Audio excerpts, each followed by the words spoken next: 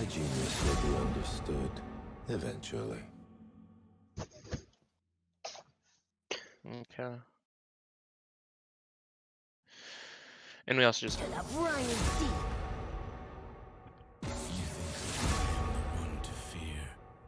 So they did the pig bans beforehand.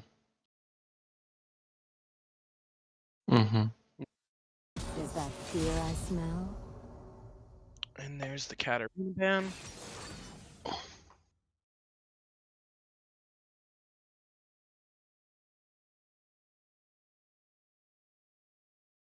So is this watching in real time or is this still with a 3-minute delay? Okay, so everything we're going to be talking about is going to be past tense. Oh well. It's not terrible. Okay. Well, we are done with our game, so.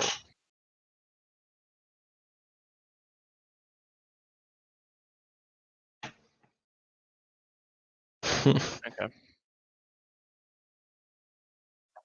It is what it is. This man's name is JRTC Cadet, bro. That triggers me so hard.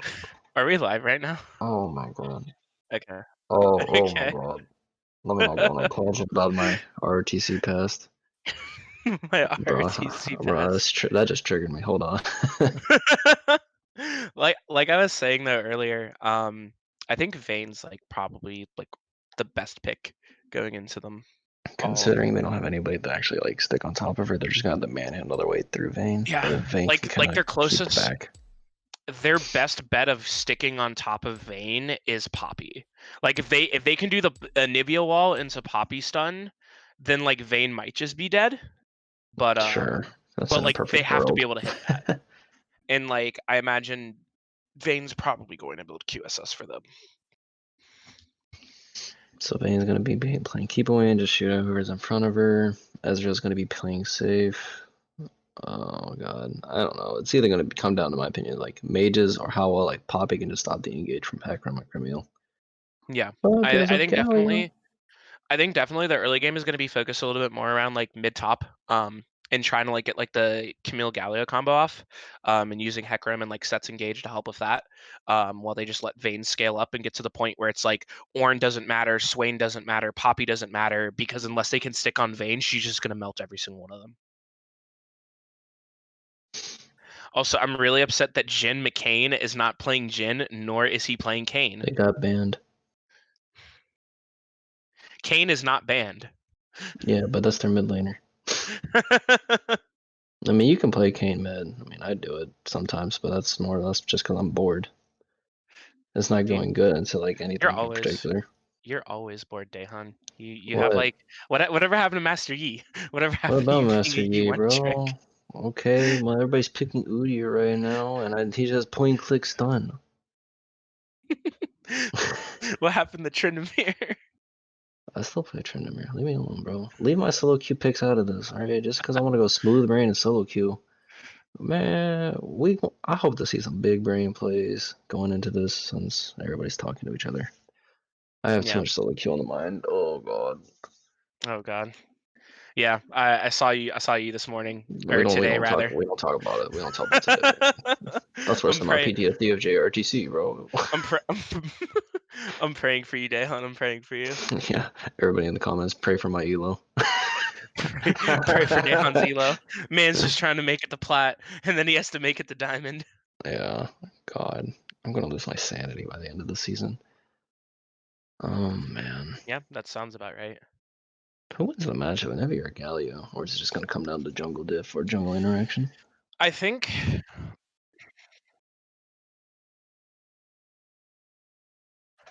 I think Anivia scales harder than Galio, Maybe but I this think I guy. think Galio has more overall team impact. So like whether or not Anivia gets ahead is gonna decide like the tempo between like the two mid laners. Whether or not, and it's like regardless if Galio gets ahead, like he's still gonna have impact. He still has his ultimate. He still has his taunts. He still has his crowd control. Whereas like Anivia, like in order to deal damage, she needs to like get ahead, or else it's gonna be a little bit later in the game. And now, Dehan, you know a little bit more about top lane than I do.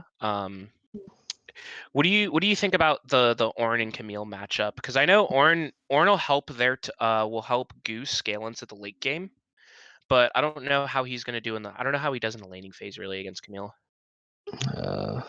It's gonna come down to Camille, like tempo, whether or not she can keep poking with the true damage, whether or not Orin gets a good retaliation. It's more or less whoever lands their engage and wins the trade. So like both of them can just kind of land their engage and then just walk off with a high trade damage, and then that'll set the mood on top of who's pushed and who has the more efficient gank. Which in comparison, Hecarim should just be faster ganking than Poppy, but you know. We'll Yeah. see. We could see some match moves from Poppy because Poppy can also just keep Camille from dashing away with her W. Yeah, Hecarim took the Ghost as well, which is kind of standard, but he did take Conquer instead of Phase Rush. So he I won't have as like the much movement Conquer. speed. Yeah, I've been seeing Conquer a little bit more. Or I've been seeing Phase Rush a little bit more on Hecarims, but I do like the sustain and like the prolonged like team fight damage that Conqueror provides. Exactly. He's going for the long haul, not just quick burst speed. I mean, but like solo queue is where we see most of our stuff. So like that's different. People are just trying to win by 15 minutes. Yeah. So like they're going for like the long haul of the team fight. Well, I've also seen Phase Rush on Hecarim and like LCS. Like I know Blabber would take Phase Rush on Hecarim, just because like he just wanted as much movement speed as possible, because that just converts into bonus AD. Let's see here, Goo is started looking like they're trying They're to gonna do a an 5-man invade. invade. Oh no, Mr. G, he might be in some trouble. The Swain root No. goes out, but it doesn't catch anything. Up, Nivea stun got someone, but they already had decided to disengage. Well, once you miss the initial stun, there's no point. There's just not enough to lock the set down to where it's worth it. Yeah. They only have 2 forms of early CC unless Poppy started E, which I don't know if she would, because that kind of like slows down the clear speed. It's Yeah, I alright. don't think she would start E. We got Hecarim doing the red start, so he's gonna either do. What if he does an early level 2 gank? Try to set the pace for top lane. That could be a possibility. I could see that after Camille just going through with the red buff and just coming straight up to top lane and seeing if they can get an early cheese on the Ornn. Let's see. Someone sitting in the bush. Basic stuff. Let's see here. So Goose starts off on blue side, with Enna starting on the red buff, as well as the Crazy Bandit starting in his red buff. So they'll be mirroring. So around the time that Scuttle Crab spawns, Poppy will be top lane and Hecarim will be bot lane. So let's see. Hecarim go into his Krugs. Let's see if he decides maybe to try to go for that early gank onto Noir Ninja, like we were talking about. Is he done with the Krugs yet? Yeah, so he's roaming back down to Raptors right now. So he's not gonna do an early like cheese gank to try to set the tempo, which is fine. He's just doing full clear on top side. Yeah, that's fine as well. He might look to make a play once he gets the Scuttle Crab around bot side around 3 minutes and 30. We'll see. Vayne. And both bot lanes trying to pay respect to each other's ranges, so trying to get something on while Swain's on his cooldowns. Yeah, Vayne got hit by a little bit of. Oh god. Vayne got hit by a little bit of poke earlier, so they're kind of ahead. Another E lands. I don't think anybody's gonna commit too hard, unless they're like probably at 2/3 health after the engage, or not engage, excuse me, the CC lands. There's not too much you can't commit into like a set, because well, I mean set. That man has muscles. He's the boss. Yeah, exactly. And even then, like with the dynamic of the Swain Ezreal bot lane is like Ezreal kind of just wants to like scale and like poke. They're not looking to like all in. So even if Swain does hit Vayne's a root, also looking to scale. So which one are you under the pressure of? Which one has the bigger clock? It's like you're saying your House of Nasus and Veigar, but it's like I'm Silas, I scale, but so do they. It's like you have to make moves happen, right? All right, he's setting up the E, but look at that freaking Camille chip damage. Like that true damage. Venus in with the gank. Let's see if she. All right, keeping her stuck. Flash comes out. Yep. That was really good by the Camille. Waited until like all the disruption for her E was pretty much used. Like she just she really held on to it. That was the patience right there. That was Otherwise, if she used it too soon, she was dead. Like I'm trying to make a play come down on bot. Doesn't really get anything there. Oh my god, that Ezreal WQ damage. So good. I don't know if it's really worth trying to gank Ezreal that much, My just god, because this he Poppy had Breaking ganks. Shift. Oh boy. Or maybe this Poppy is like onto something, because like this W stops everybody's escape. Yeah, Or like it whole really does. mobility. Ooh, Set's getting a little low. Yeah, but you still don't want to just full commit to set, because you could just get hard punished, especially if it goes in E, then you're just a sitting duck. And he does have the health regeneration from his passive, so... Like, it's like, yeah, he's low, but it's like, is he really though? Yeah, I Is mean, he he doesn't really? have his grit stacked up right now, though. So they did give him, like, a little bit, like, he didn't get as much value as possible, because if they did fully commit, he could just pop his W and then get the shield from that. Right. Or disrespectfully building items in front of Camille. He just wanted the Ruby Crystal, man. And we do see that Camille did pick up the coal. I'm looking to Cool. just continue with the value and increasing any possible lead that she can get against Ornn. I mean, if anybody watches LCS and stuff like that, you know, like nobody commits to any like extremely greedy, risky plays. Everybody just wants to kind of play safe and like try to get what they can without overextending their excuse me, not the resources. Oh, Oh, here comes in Hecarim. The Ornn Flash comes out. See if he can get away. Camille doesn't have a hook shot. Nope. Yeah. He's out. That man is still beefy. Look at that Ruby Crystal coming in handy. Yep, that Ruby Crystal right there may have changed it. It was a little bit of disrespect earlier, but up. Oh.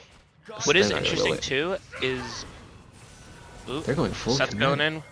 Oh, Up we got a TP TP comes coming down from from the Ornn. Ornn. Galio's coming in with his ultimate though. Just negates everything that happened. Camille They're following with disengaging. their Galio gets a TP. taunt. Camille came in as well. Hookshot lands. Is That was Ornn a gonna really go good down? read. First blood. And First blood goes over to TFT on the Vayne, no less. So now Vayne is gonna be ahead of Ezreal. Ezreal's out of mana, maybe looking to try to catch this wave. That was a really good rotation from everybody in the vein in the correct position to even push the Ornn farther back, secure the kill on that. Just barely out of range. I like the effort though. Ezreal low on mana, can't really arcane shift down and harass back at the same time. But man, the Galio play, that was insane. But both top laners followed up. Poppy can't get too much off there. It's kind of like the same thing as Hecarim. You have to get on the opposite side to really push. Kind of have to do like at least an insect to really get a fishing gank, I want to say. Or at least Poppy has the ability to shove somebody in the wall, and that's a CC for a good gank. And Exactly, and the Galio ultimate was really well timed, and then with the TP advantage, he was able to get back to lane so that he didn't miss that much farm on the rotation. All around plussing from TFT. Yeah, TFT, they're about an 800 gold lead right now. It's not that much, but it is something, and if they're able to play it right, they'll be able to continue to press their lead and continue forward with it. So you're probably stopping the Galio back. I want to see if their bot lane can keep like a priority so they can get the dragon. Granted, it's only Wind Dragon on table, not terribly too important, but you'd want to always get the soul first, or get to soul points as quick as possible. The early stacking of the dragons will give them a little bit of pressure to allow them to have some leeway in the mid to late game. And I think that's the biggest thing.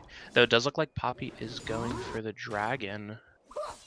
Oh, yeah. Hecarim's over on the top side of the map, and there's no contesting from the side of TFT. It does look like Hecarim's coming in through the tri-brush. Let's see if they can get anything go off on this horn. Hookshot does come out. What? What was that? Oh, E-flash. I was like, that man just soared. No, that was just E. Yeah, he didn't have flash. Oh wow, what the heck? Man, I don't play enough Ornn. Maybe that's the way. Maybe that's the way. Just build items in front of your lane opponent, disrespect them, and then just E away. Yeah. Oh man, I didn't think. Maybe that was what, that E plus Hecarim push. Okay. Whichever. Only just resting. That flash from Poppy just stopping that engage. Coming in with a taunt. Oh, Hecarim to the rescue like though. Hecarim comes in with the ultimate. Oh, and if you can't finish off the Galio, Comes with the flash. The stun misses. Galio comes back in. Wow. Really well played On by the egg TFT on gets that one. popped. Really well played. Ooh, Swain, Oh. okay.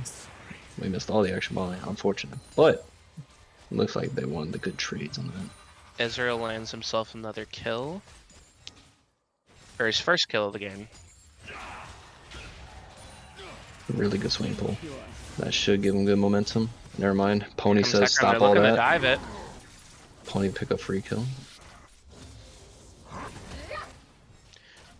Camille has a Man. 2-level lead on Ornn, which is really interesting at this point. Almost Ornn, double the CS on Ornn too. It's that max damage, man. The health max damage on top of her shield makes it really hard to trade with her. She also has a self-healing mechanic with her W. Doesn't heal too much, but you know, 80 health is 80 health.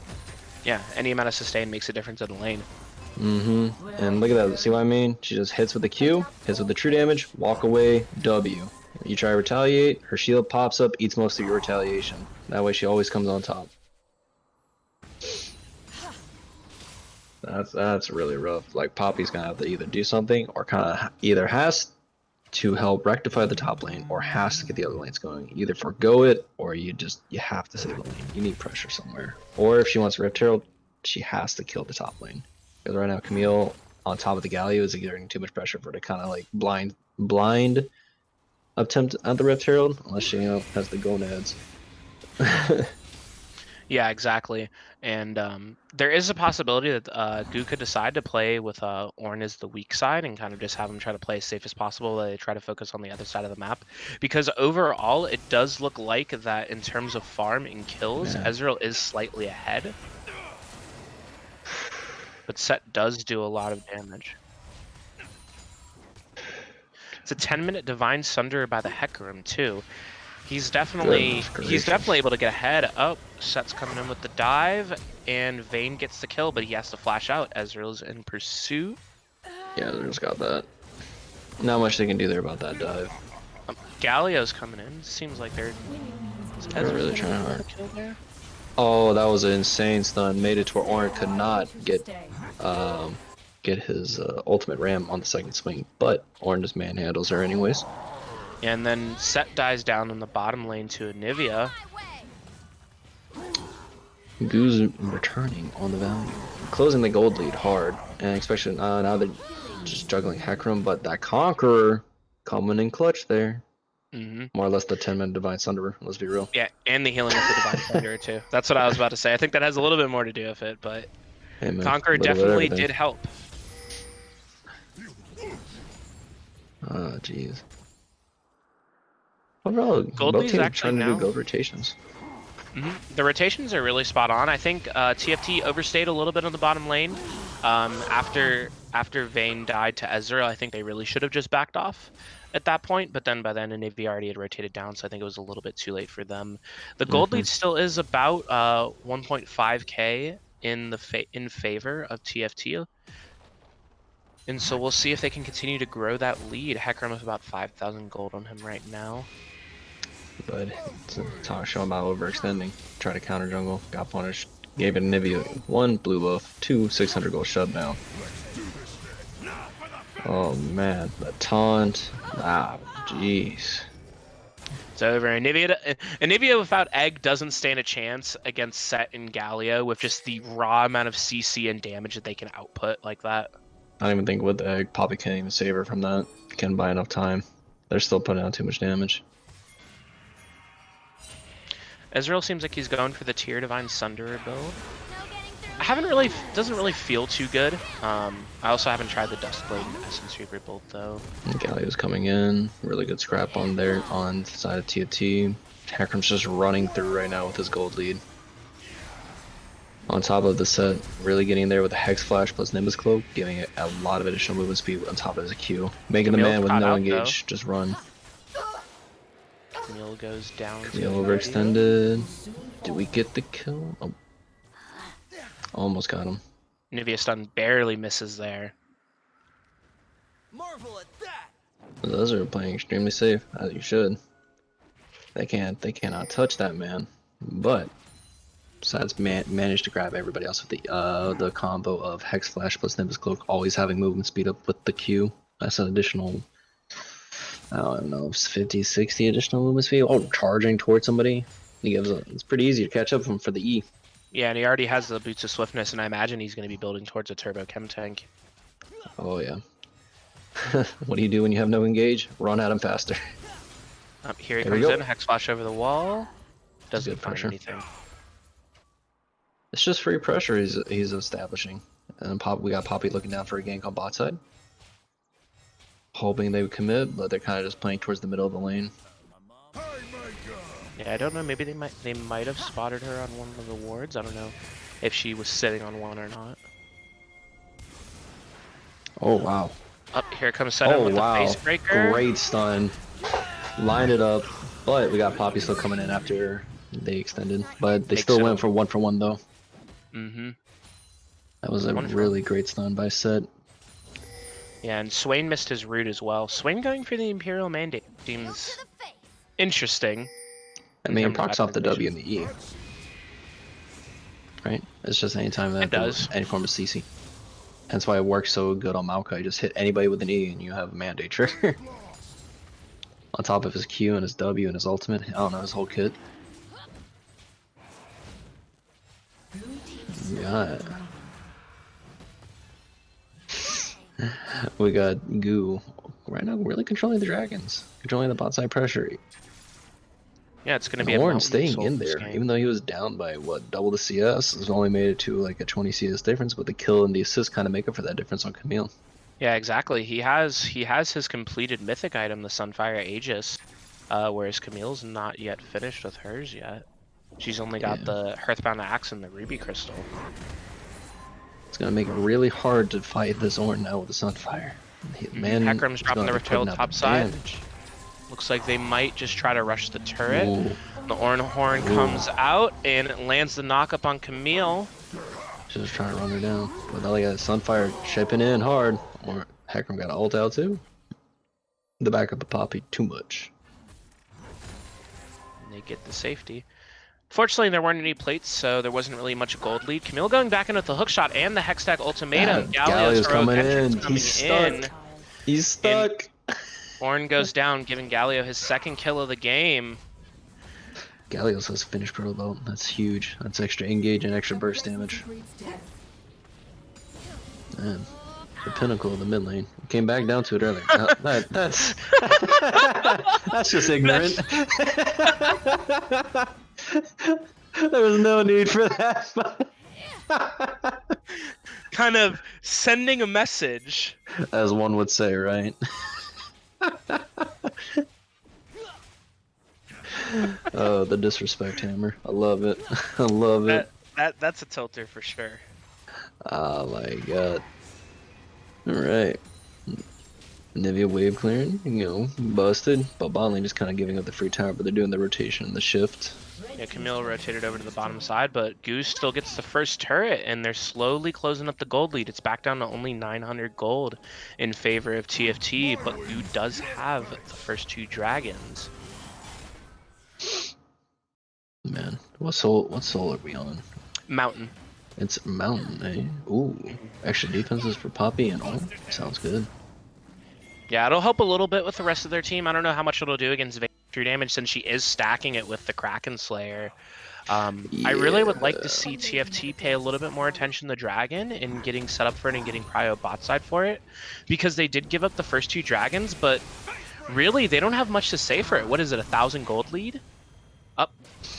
Nivea gets condemned into the wall. Her egg goes down, and Mistress E picks up his third kill of the We have a game. gang top lane. That's a dead Galio. All right. Good amount of They're gold not to gonna get pick there. game. Yep. Set, tanks, everything done by Ezreal. Doesn't matter if that vein damage popping off a Kraken Slayer. There's so much true damage. Oh man. Is she gonna build Gensus? Or Bork? Probably Bork next is what that longsword's going into. Could go into a couple of things. It could also go into Collector. She's looking to kind of just snowball and just get as much like kill pressure as possible. Maybe. Oh, Ornn sticking on top of the vein. That's gonna be good. Followed up. Ezreal can't get Flashes to her away. Hecarim's on a killing spree. Galio TP's back That's a in. bad Ezreal next. Divine Center going to town. Needs to shut down 7-1 on the Hecarim. Galio coming in with the taunt, just locking down everybody with that. Now we've got the Mountain Dragon coming up in about a minute. What I really want to see TFT do is I want to see them get set up on the bottom side of the map. Oh. Up, set goes back down. Galio rocket belts out. Heck, I'm looking for something. That's not gonna happen. They need to reset and start getting vision on top of Dragon. They just have Scuttlecraft for Dragon vision. Yeah, I really want to see them get control on the bottom side of the map. I don't think Camille should recall here unless she has her Trinity Force. She does with the TP, so it's not the biggest deal in the world. And she picks up a stopwatch. They still have to kind of wait for set for a full contest on it. Dragon's coming up in 30 seconds. That just respawned with the Turbo Chem Tank and the Moon. I don't remember the name of that item. The wing pants? Wing to Moon Plate, I think it is. Something like that. It just gives movement speed and health. So if you're all really set with the Turbo Chem Tank, who are you running at? Because like, ideally you want to hit Ezreal in a stun, right? And you can just run if Ezreal has his Arcane Shift. I think you just run in a Nivea. Run in a Nivea. Hopefully grab 2 people. Oh, they're not even gonna. Goo's not even gonna bother contesting this. Yeah.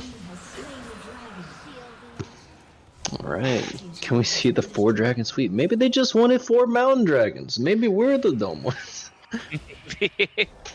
They wanted extra resistances because they don't have the vein. They do not have the... Wait, they do have the vein. No, I'm talking about Goo doesn't have the vein. So TFT wants the extra resistance. I'm making a bad joke. Oh my god, the Nivea stun lands and the Poppy gets him into the wall. He's gonna limp away. Hecarim's kind of stuck. Hecarim He used his ultimates, but he's down. All the CC brought to you by Goo. Nobody can move. The entire time, that was a really nice chain CC on everybody. Up, and Vayne gets knocked against the wall and shut down to Ezreal. Vayne got condemned. How's it feel? How's it feel to get pinned against the wall? That's kind of cakey. Hold on. Man. That Poppy W is so good. You think they might look for Baron? Up, they're starting up the Baron. There's no vision on it on the side of TFT. What was that, commentator's curse? Say something and it happens? Yeah, something like that. They're not really shredding this fast, but they still got time because Vayne's dead. That's kind of their main damage source right now. Let's help a Hecarim. They don't have the fastest take because they don't have the Anivia there for the consistent DPS, but I don't really think... No, they didn't even try to contest it. I don't even know if they knew that they were on it. And just like that, now Goo's in the lead in terms of gold. Let's see what they can do with this Baron buff as they all reset. Anivia picking up the Archangel Staff, transforming into a Seraph's Embrace. Ezreal picking up the Manimune, almost ready to transform into the Muramana. You see him opting for Ninja Tabby. Vayne, Set, Hecarim, Camille. Smart. I mean, yeah, all of their primary sources of damage really are physical damage, except for the Galio, and even then, he's really kind of just there for CC and peel. He is forgoing the ability hits though from Ionian, Boost of Lucidity. So it's like you're down a little bit on DPS for more survivability. I like the decision, personally, and here we have just Set getting caught out on top of. Oh, I was about to say. Nah, he flashed out. He's good. They divided themselves, so they lose both kills. Oh, never mind. I spoke too soon. Oh, I spoke too soon. Oh, Hecarim ults over the wall. Ezreal's still in pursuit. The Ornhorn will miss. And the Ezreal ult hits, but Hecarim's at 1 HP. Vayne using the heal. Vayne rolled into the way to eat the Ezreal Q. Yeah, why don't people ever block that? At least for a Caitlyn ultimate. Come on, guys. Everybody playing rank, take notes. Save your teammates. Up. Sec gets pulled by the root, trying to run with the Nimbus Cloak speed, and just gets absolutely shredded.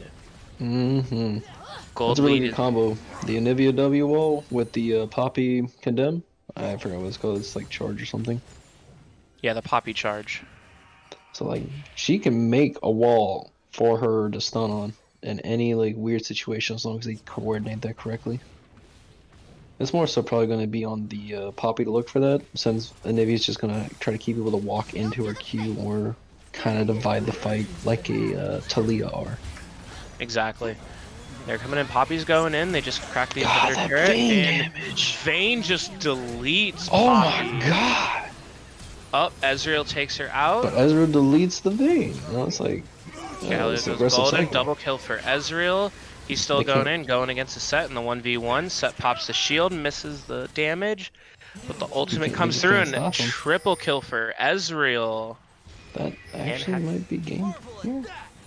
They might be able to end here. They do have Camille. Camille's on the bottom side of their jungle trying to get away from Ornn. Ornn's TPing in. See if Camille and Yeah, they're going for the Hecarim game stop push. this push. Health bars are long kind as- of low. Hecarim's coming in with the ultimate. Ezreal Oh, he flashes still it, had the charge. but he still gets hit. Camille's coming Oh, in, hitting him with they put its attack open Nexus. sweep. They may have gotten ace, but open Nexus. That's terrifying. It's terrifying at any point in the game, especially people like Arcane Shift. Exactly. But them getting ace also just gives TFT the second Mountain Dragon. Yeah, TFT gets a straight shot at the second Mountain Dragon for them, continuing to stack up those resistances.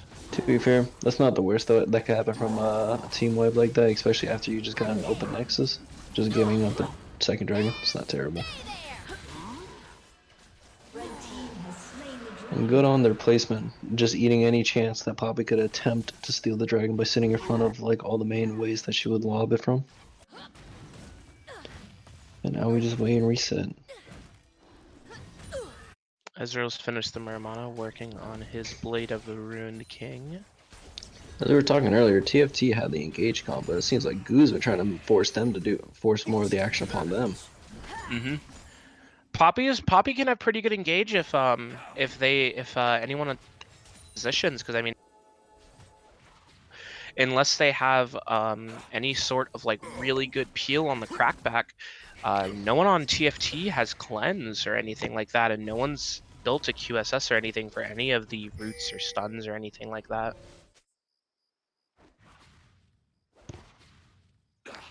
Vayne's finished working onto another item with the zeal. Picking up the Zeal and then a longsword. That could be the Phantom Dancer. Man, I don't know once Ezreal finishes his Bork that they can answer him before. Even Hecarim diving on top of him is still kind of shady. Yeah, now the Ornn upgrades are coming through. The Leandry's Anguish on Anivia already upgraded. I don't... That's good burn damage. That's insane. Anivia's scaling up. She has the Blighting Jewel. 4 stacks on the Dark Seal. And Goo just gets the bottom tier 2, and then they all decide to recall and reset. They could be preparing. Excuse me. This is how like words there over there. Preparing for Baron. It's gonna be coming up shortly. It's gonna be the next objective on map to fight over. Anything serious, unless they want to try to shove down middle. You gotta aim down middle. If I was TFT, while they all based, I would just try to get as much vision as possible on the Baron. Because last time, Goo just snuck it out from underneath them. Granted, yeah, they didn't have Hecarim or Vayne, but it didn't seem like any of the members of TFT knew that they were even on the Baron. Right now, they're working on clearing out the Baron. The river. So, Goo does get the scuttle. Goo's gonna have to take a guess on this. See here, Galio's pushing up mid wave, Camille's pushing out top, trying to keep all the lanes pushing. As Goo enters the river. TFT wisely backs off because they're so split and divided right now. But is the Camille's out too? Set's getting caught out. He just runs away, or knockup comes through. A little bit of chip damage on him, but Set's gonna kill that back with his passive.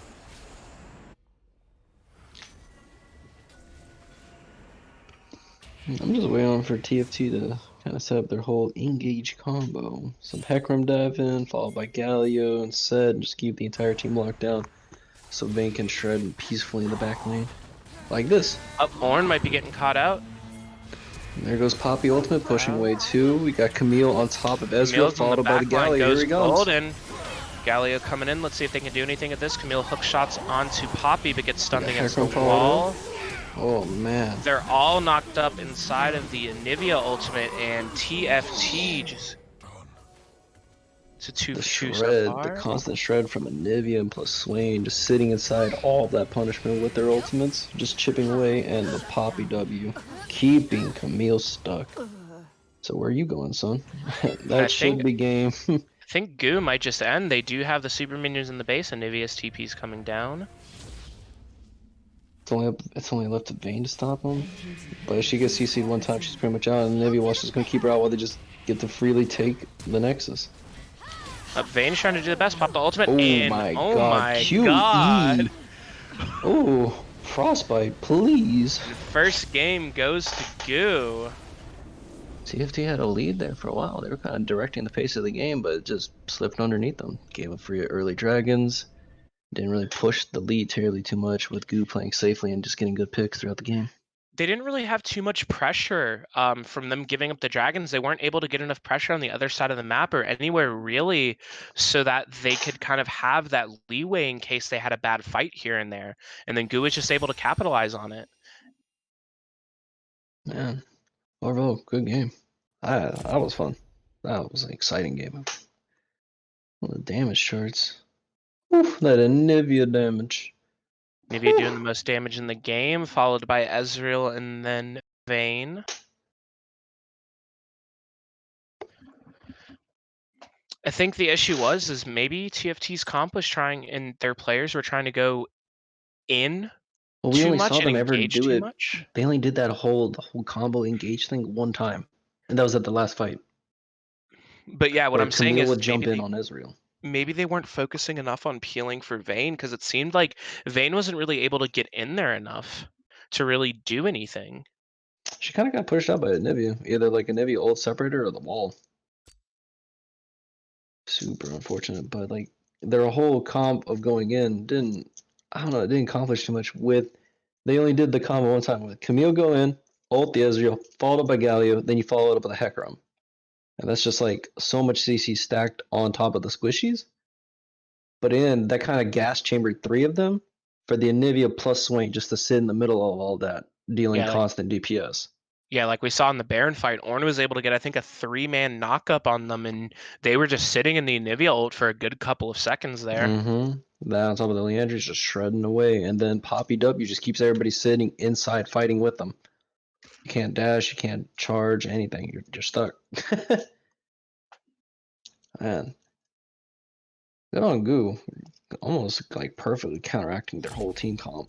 It was definitely very good play from Goo in the mid to late game there. The early game seemed a little bit rough, especially on the top side of the map with the Ornn, but I mean, he stuck through it and he did his job. He disrupted the team, provided knockups and CC for the rest of Goo's members, and helped them scale into the late game, especially with that upgrade onto the Leandry's Anguish.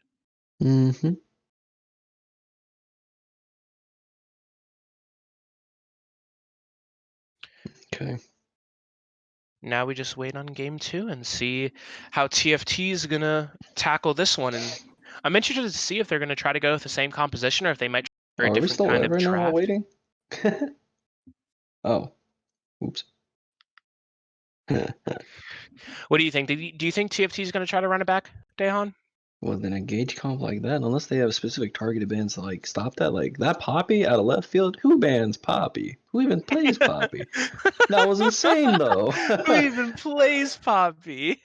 I was like, you really gonna ban Poppy? Oh, come on. Ask yourself. But that just stopped all the engage. That W just shuts it down. You can't run at me. Stop. She's literally the fun police. Stop right there, criminal scum. Exactly. Oh yeah. I don't know. We could definitely either see adaptations from TFT there. They still want to go full engage. They either want to do some poke. Maybe you could even do a split pushing team comp. I'm not saying get my boy Tryndamere in there, I'm just saying. But I'm saying get my boy Tryndamere. No, I was like, if you want to play for like a late game team, you could also do Nasus. Nasus, in my opinion, right now just scales way too fast, and like he just becomes in as like empowered state by like 13 minutes, which I think before it used to be like 25. I think the issue is though is like if they pick Nasus, depending on how the other, like if TFT picks Nasus, depending on how Goo picks top and jungle, they could really just punish that pick. 'Cause I still feel like Nasus's early game is really, really vulnerable. Oh no, yeah, no. His early game is still it's kind of meh. It just scales up faster. Is what I'm saying. It's like you have to keep watching him, or he's just gonna outscale your top laner almost no matter what. Yes. All right, go and pick some bands for game 2. Let's see. Oh wait, Goo versus Taco. Is it a different team? It is a different team. The same team. What? I know, but why'd they change their name to Taco? Ah, okay. Well, like I knew that. Thanks. Thanks, producer guy.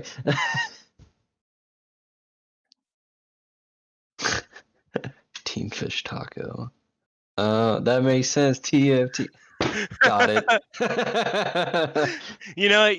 Dahan worked a double today. He had a long day. He came Hey, home, man. played some solo Hey, man. queue, I got destroyed. demoted, I think, what, 2 ranks? No, we're not there yet. We're close. We're close. What does GOO stand for then? It's Goo. Man, goofy goober team. I'm just joking. I can't talk smack. Let me not. I'm not. Snap. Is the Pixel banned in real time? Oh, sweet. I just need them to pick and ban cards already. Come on. Slow playing out here.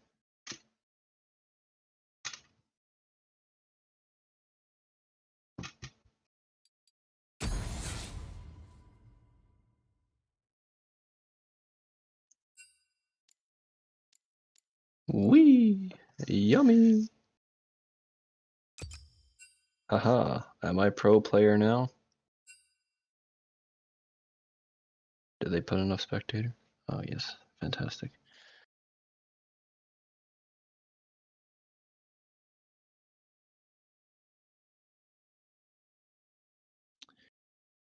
Goopy boys. That's what Goo is. That's the name. Goopy, huh? The Goopy boy. Man, one of those rank Grandmaster. Carry me, senpai. Carry me.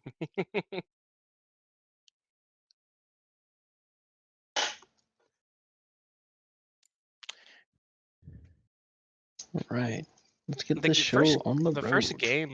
first game wasn't really one-sided. I don't even know if it would be a 2-0 on the side of Goo, or if Team Fish Taco will be able to take it into game 3. You're gonna really say the whole name now? I don't know, Team Fish Taco, TFT Taco, like He, she, taco. we Taco.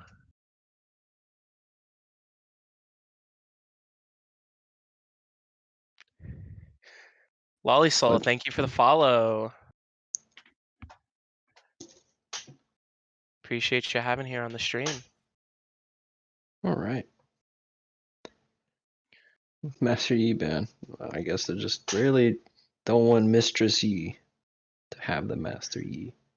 Kaisaban comes out, similar to last game, and the We're just going the same Ribbon. 3. They're just target banning. I guess that's just somebody's mains, right?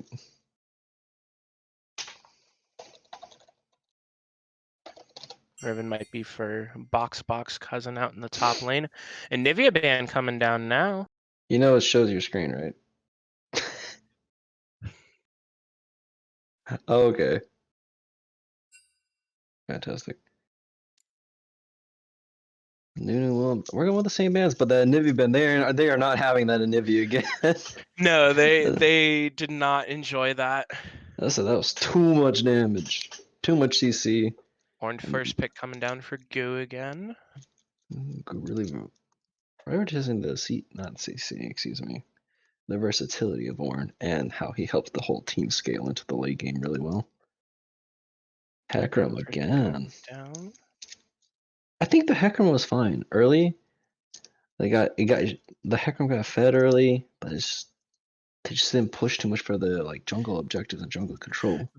Bandit definitely had a really good performance on Heckram last game. I don't see any problem with him running it back with Heckram. I'm just interested to see how they're going to adapt the team comp. But they do go with Set as their second pick. Could be top, could be support, could even see him flexed into the mid lane. They're just running it back. It's very possible. Swain comes down for Goo. It's just the same team. Or not same team, I'm sorry. First 4 picks of the game have been insane, but this Oh. time Goo picks up the Vayne for themselves. Samira Okay. is open. Let's see what TFT is going to respond with. Traditionally, and go in and engage style team comps the mid laner play Wariana. I'm surprised though, like maybe a Malphite pick. Oh, the Jhin. Jhin. You think Jhin McCain picked Jhin? God, I hope so. Up. Nope. Sorry, buddy. Didn't mean to kill your hopes and dreams. I mean, Senna's good. Senna scales into the late game, and with the Kraken Rageblade build, she can definitely dish out a lot of damage. Poppy Ban coming out for TFT. They are not wanting to give them the core tenets of Goose draft like they had last game. Somebody clip. Who bans Poppy? Apparently, TFT does. Team Fish Taco got the fizz banned. No fish for the fish taco. Now you just got a taco. That's the Now tortilla. you just got a taco. You just got the tortilla. Tortilla. Oh man. What do you think they ban on this last spot here? What do they need to ban? Either a mid laner or the jungler? I think you just keep going with banning the jungler. There's too many mid lanes that you could just flex in. But they Galio ban opt coming for out. them. Weren't they one of the ones that played Galio? Let's see here. I mean, I don't disagree with the Galio ban. He's either good peel or really good engage. So very flexible character. A Kali ban. Irelia. Picked Irelia. Okay. I don't think that's blinded mid.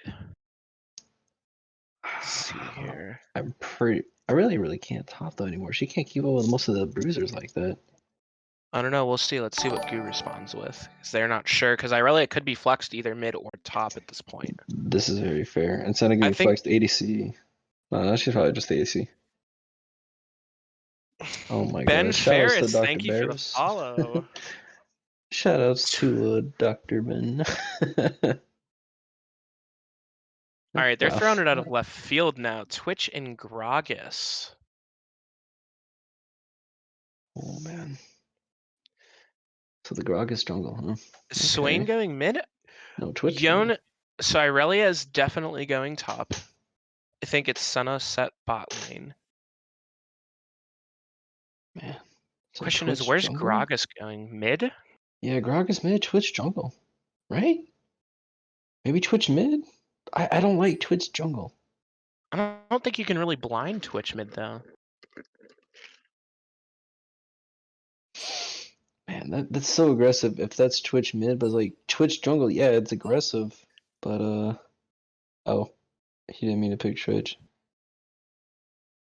Hold on, everybody.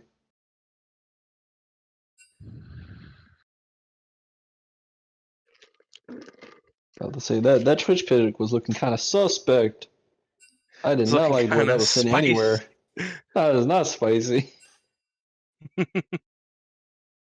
So it seems like TFT is just going to let them go ahead and slot in what champion they wanted to do.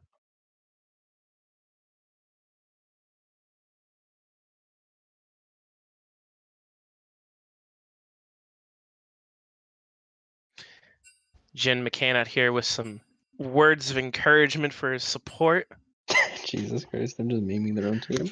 Those 24-inch biceps helped lift the burning car off top of me and saved my life. Yes. Yeah. Yeah.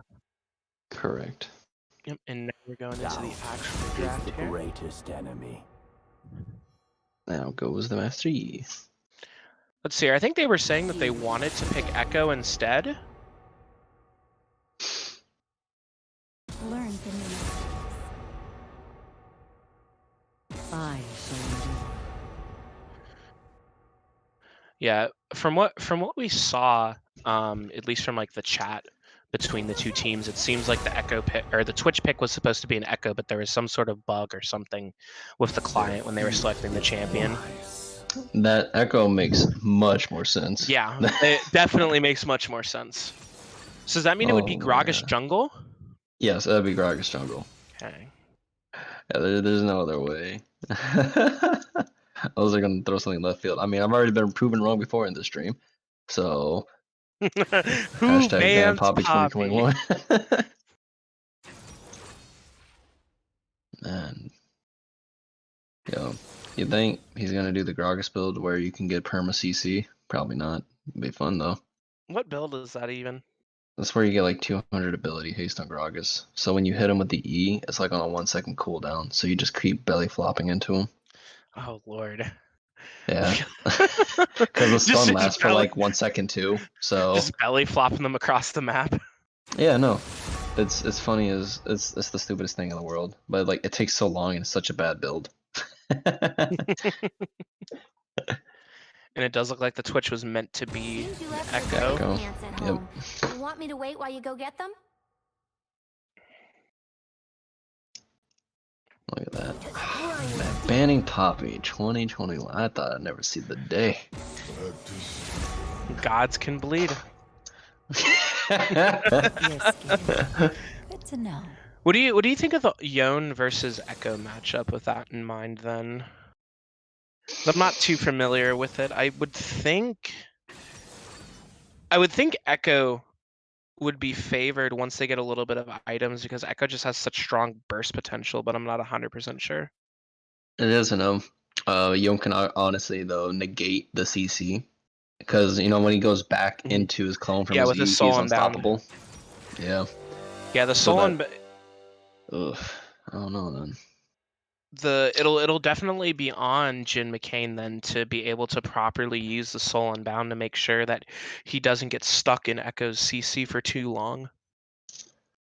That on top of if he goes in with the charged up Q with his E, then that's a lot of trade damage. It could be the same thing though if Echo just decides to go in and Yone can't retaliate too hard, or if Yone goes in. I mean, Yone can come out of the trade a lot faster just because his E, like go in, do some damage, pop back out. You took half your health for no retaliation. I mean, this is the same reason why they kind of nerfed Kassadin, if you remember how he used to play with Exactly. his like 3-second silence or 2-second silence. I like the composition they have as well because I could very easily see a world where if Set can get a good engage and then Yone follows up with the Fate Sealed, Irelia will get a really good Vanguard's Edge to kind of just box the entire enemy team in as well. But Goo does have a decent amount of counter engage with the Gragas, the Ornn. They do have a decent amount of peel for their carries. It's also So going to we'll come see down how to it though, if goes. you go all in, Swain's just going to sit in the middle of all that. He doesn't even care. That's another problem. Swain's just going to sit in the middle of that, drop his CC, and just constantly have just damage going on with his ultimate. Oh man. Now we have to wait for the delay. Curses.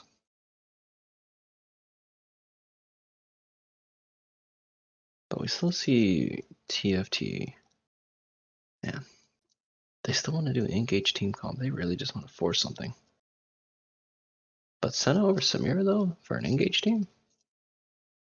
I think Senna's a little bit more of like I would have liked to see a Samira, I think, of this comp, because it kind of goes a little bit more with the theme, but I think Senna is the safer pick because of her late game scaling and how she can kind of just passively farm souls until it gets to a point where it's like Senna will be able to attack most of their team, especially a Vayne being short ranged, before they can really even do anything about it. And there is the possibility as well that this could be a fasting Senna, and then Set could be getting all the farm down in the bottom lane. Hold on. You said fasting Senna in 2021 with the Poppy ban? I'm just let me stop. We'll clip it when we'll clip it when it happens. Please don't. Be Please wrong don't about prove 2 me wrong things twice. tonight. Look, I've taken enough L's tonight. I took the L like TFT took the L game 1. But let's see if they pull back game 2. Seems like TFT's just determined to dish out as many L's to you as possible, Dehan. Stop it. Stop it. I'm gonna be rooting for Goo if this keep happening. I'm gonna be a biased commentator for once. We'll see. Got about another minute on the spectators delay before we'll be thrown into the game. I kinda wanna see Goo invade. They might do it again. I do Sweeney's think really good. they have the stronger level 1. They do, unless Sag gets a multi-stun off or Senna's forced to take a W early. Hecarim doesn't have the best level 1. Eon definitely doesn't have the best level 1, neither does it really, since she can't stack or passive or anything. Yeah, exactly, and I doubt really, unless they're expecting the invade, I definitely think Box is going to be heading over to the top side of the map as soon as they spawn. That's how it was last game. He was heading towards the top side while Ornn went with the team for the invade. But we got to see Hecarim start on the red side again, which didn't matter for the last invade. This is more or less could they get a pick on the guarding set and or Senna. And we'll see what happens here in just a second.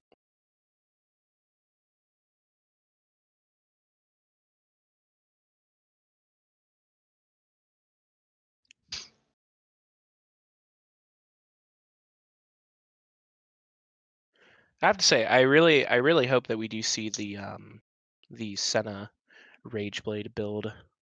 That's the only way to play that player ADC right now. There's no way. Like them, it's proven. It's proven that that does a lot more, at least like 400 more in the combo than it does going Eclipse with Manamune. Yeah, and just the infinite scaling on the on-hit damage that you provide with Senna's passive is just insane. It's disgusting. All right. I appreciate the Hillbilly Gragas skin. Definitely Nah. appreciate it. Nah. I got But that he's just rerolled. Nah. he's just a farmer. He's just a farmer trying to enjoy some of his whiskey, man. Nah. Get that peasantness out of my face. The disrespect. I don't like the cut of that man's jib. Apparently not. I don't think they're gonna go for an invade.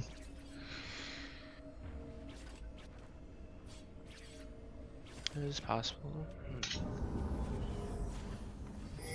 20. 19, 20. Yeah. Welcome to Summoner's Rift. Seems this time maybe Team TFT is Oh. the one that's going for the invade. They're heading into the bottom side, and Vayne's see. all by her lonesome by the red buff. Oh my god, it's gonna be 2 ships passing in the night. They're stacked in the pixel brush. Set's ready to go over the wall with the flash. Just gonna go back Will around. Echo C set in time? No, Echo's sitting in the middle. Great guarding. They go, and there is a ward right in front of the red buff, so they will no. be spotted. They know. Minions have spawned. What did they collapse on after Aurelia backs? Can we It get a is 4v4? possible. Relia's channeling the recall. Swain and Vayne are sitting, and they're all stacked in that same brush. Kind of TFT just waiting doesn't to see what realize. happens. It's possible. It looks like they're trying to wrap around. They're gonna grab the Yone. Yone is gonna face check the bush. Up, and he Sweeney flashes was kinda out. bad. Oh no! But now it's a 3v4. Set flashes Set in with flash. the face breaker. Vayne took W first level, so she's able to dish out a little bit of extra damage. Looks like TFT might be keeping on top of that trade. Yone getting a free Q on top of Echo.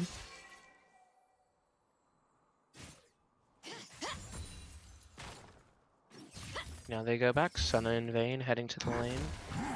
Senna gets there first, gets to soften up the minions.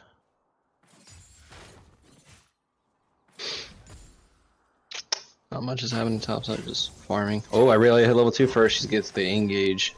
She got the stun off the Q. Goes in, she Qs in, Conqueror stacked up. Ornn just walks it off. Brushes off. It's just merely a flesh wound. Gragas looking for a level 2 gank on Yone. Here we go. He's coming in. Echo Echo's is in. Yone hits the soul and bound, but he has to go back. He's Ignite gotta come channeling back. down, and first blood to Gragas. Man. You know, that's one thing that I've noticed that's really tricky to do with Yone is being able to properly use his soul unbound so that you don't get in those kinds of situations. Because, yeah, he used it to dodge a skill shot there, but then he kind of got himself stuck where Gragas could just camp the body. And then Yone has to come back eventually. Always gotta come back. And we already saw him blow the flash earlier during the botched invade, and so he had no way out. Up over on the bottom side, set hex flexing in, not gonna get anything. It's gonna be the same thing that happened last time with bot lane. It's either Set's gonna get his hex flash in there for the face breaker, or we get a really good pull from Swain. Those are about the only ways that anything's going to happen in bot lane, because the two ADCs aren't really going to commit too much. I mean, Senna has the ability to, though, right? With her W. But the way that they're playing, oh, we get a Swain pull.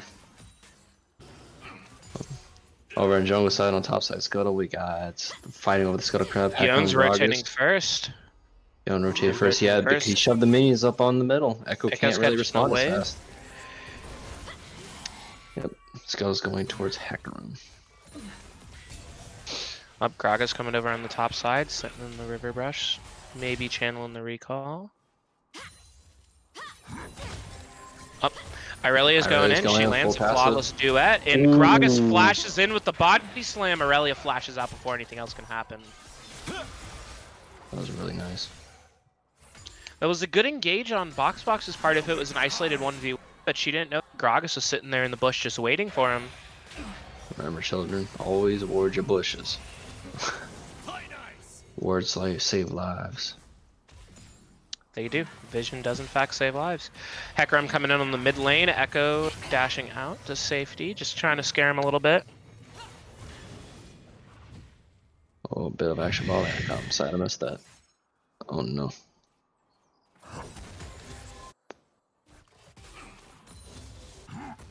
We got TFT on the back foot though. Really lost a bad trade. That's gonna send him back. And both of them are kind of the life total points now, where Swain lands the E in the pull. That should be a kill, if not a lot of summoners. And we already know that set has the flash down on top of Ignite was used. Exactly, and Senna has the heal, so the only summoner they have up in bottom lane is going to be the flash on Senna. Up in the top lane, Irelia going for another little trade. Conqueror procs. Oh, Hecarim coming in for a gank bottom. That should be a dead Swain. Quick decisive gank on top of the Hecarim. Meanwhile, up in the top lane, Irelia and Ornn had a very close 1v1. The Blade Surge wasn't enough to do it, but Ornn was able to flash out to safety. And now the summoner advantage is at even in the top lane. Let me see the Yone harassment with just his E. Being able to run out with the soul inbound. Just get free harassment, go back in, catch the mini wave. No loss in tempo. And now we got TFT being aggressive with the dragon though. Look at that, Alex. Yeah, despite the bot lane prio. And despite Hentai Messiah dying on the Yone level in the mid lane, he actually has an XP lead on Echo, which is really interesting. Up, Vayne condemns Hecarim to the wall, and Bozon gets his first kill of the game on the map. Oh no, they weren't able to get in front of the Yone. Otherwise they could have stopped his R. Would have forced his flash instead of just getting away with his ultimate. Yep, trading the Fate Sealed. Trading the Fate Sealed versus trading the Flash is definitely a favorable trade for Yone. Either of them.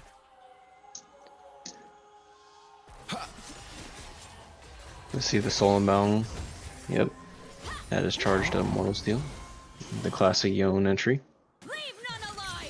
Up, Irelia up here on the top lane, throwing out the Vanguard's edge. Ornhorn coming down. Will the flawless duet land? No. Boxbot gets knocked up and takes a tower shot, and Ornn gets the kill on Aurelia. The Grog is basically just sealed in where I really can no longer run away. But man, Ornn, look at that. Ornn building items, really helping out his laning phase. Extra 2 ruby crystals. Yeah, exactly. Doesn't get to skip a beat. Aurelia wasn't able to get the second part of the Flawless Duet down either, so she wasn't able to stun to interrupt the Ornn knockup. When you think about it, every time Ornn builds a ruby crystal, that man just healed 180. Because it just gives it to you flat right there. And now Aurelia is losing a little bit of the wave here. She'll come back in to catch the later half of it, but she's still down. Ooh, man. Not rushing Borg. She's opting to rush her mythic item first. I think against an Ornn, you really want to rush Blade of the Ruin King. It offers so much movement speed. It offers everything Aurelia wants. It's lifesteal, attack speed, movement speed once you get the completed item. On hit, everything. Aurelia coming in, getting a deep ward top side. Echo roaming down here to the bottom lane. So here they're pushed up. Oh, The go Swain Swain route pull that lands. late. Echo get it easy. Set comes in Echo. with the Facebreaker. Senna Flash flashes. E. See if they have anything else. Vayne tumbles forward. They're not gonna get too much with the Senna W coming down. The last embrace should be able to hold them off to where they can't even get the set anymore. It's a really good engage by the Swain, followed by the Echo, but just flash heal kind of gave them, you know, the get out of jail free card. Yeah, really good kiting back on the part of TFT, but not gonna pull on that E. I still think TFT's healthier in the bot lane right now. So even if they pull, it's like you can't get too much off that because you're pulling set too, Yeah, giving them and grit. they have level 6. Vayne nor Swain, neither of them have pinged 6 at all. Oh, Vayne just there you pinged it now. Alright. But Swain doesn't even have that much mana. He's got enough for like E on top of ultimate. That's realistically it. No, I mean his ultimate is free. I'm wrong. He's got enough for one full combo. So they have to make that one count very fast. And Yon getting good pokes in on top of Echo. Just soul unbound harassment. It's very free. Soul unbound, double-edged sword. Either really good harassment and chase down, or you're just gonna die because you gotta come back. And now we're looking at a 2-level lead here in the mid lane. Echo's really not having a good time. Gragas coming in, and Yon just re-triggers the soul unbound to get back to safety.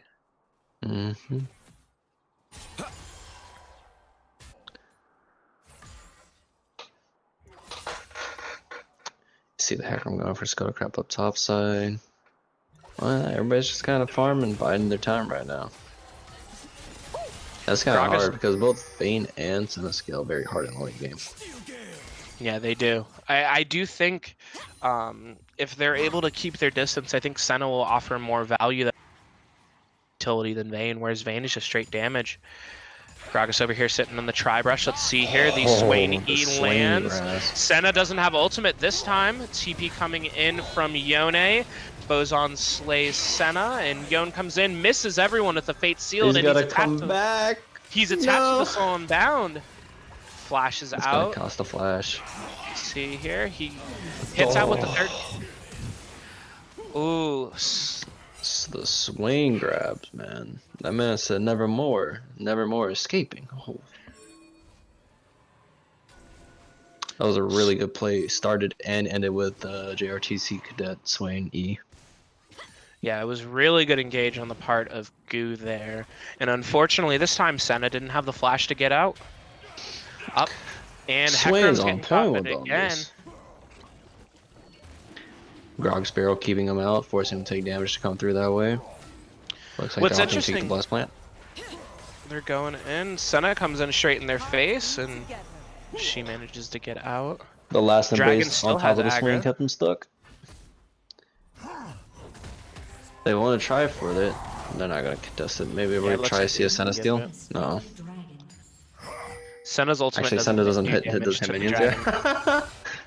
Yeah. I just remembered that. No bully. Also, man, He's Aurelia got had a ultimate. really strong early game, but Ornn already has the Sunfire Aegis up in the top lane. Aurelia roaming down. Swain gets caught. Vanguard's Edge goes out. Vanguard's Edge goes down on top of the Echo W. We got Hecarim coming in, trying to play cleanup and crowd control. Yone's gonna be able to get Yone's out, trying to but get out. Up the Grog is body gonna slam keep hits. Hecarim. Will Hecarim go Barrel. out? He's at 1 HP with the barrel, and Echo. Echo gets the kill. That extra reach from phase dive, really showing off how far that goes. Yone coming back Yone in going with with the the Fade solo bell. Sealed, gets the shutdown onto Gragas. Ornn coming in from The behind with the Ornn. Ornn Horn and the knockup. Irelia channeling the TP. A little... I don't know, she really should have channeled the TP there. The fight was kind of already done with, and I don't think she can get back on top of Echo. She was more or less trying to get the cleanup crew kill. In the end, it's just being wasted resources, sadly. He gets the Exactly. wave shoved into Echo. It's not, or shit, wave crashing on a tower. It's not the worst, but it's not what she wanted. And Gragas already finished with the Night Harvester, the Kraken Slayer. Right now, the only member of Team Fish Talker that actually has a mythic item completed is Bandit on the Hecarim with the Divine Sunder again. This game really isn't panning out how last game went. I wonder how they're going to try to No. get back into this one.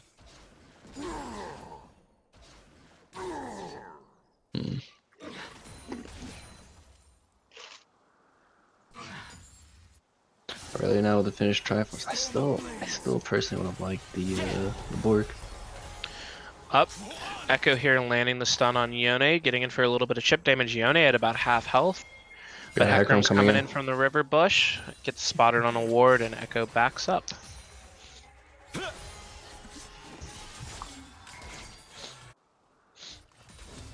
Grog is looking for something, sweeping the sides. Looking for a gang on Yone. And we just have Down in the Ornn bot dominating lanes. Down in the bot lanes, Swain and Vayne are coming out from the bush, flanking on behind. The ultimate comes down. We got Grog Set coming with in. the showstopper, just punching down on the Vayne. Is he gonna get it with the W? Vayne heal comes out. Swain misses, but Swain flashes and redetonates his ultimate. Echo cleaning up the kill incentive. Yone has to go back, not enough damage, but Hecarim's gonna charge in.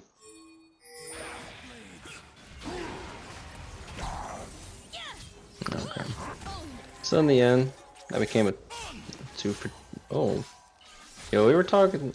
Maybe that Triforce was the play. He's able to solo Ornn now. I don't know anymore, man. These items are weird. I just play Tryndamere, okay? Still Gale Force Profit. Kill Force Profit. They're trying to make a. Gragas over Oh, here, they're trying body to make an slamming invade over on the the wall, jungle. trying to get the blue buff. Oh, that was a good dodge. Hitting the minion instead of Gragas so he can basically essentially jump out like Echo. Gragas will get the blue buff though, at the cost of his explosive cask. Completely went wide there. Explosive Cask will be up by the next time they want to fight, realistically, unless Dragon's coming up.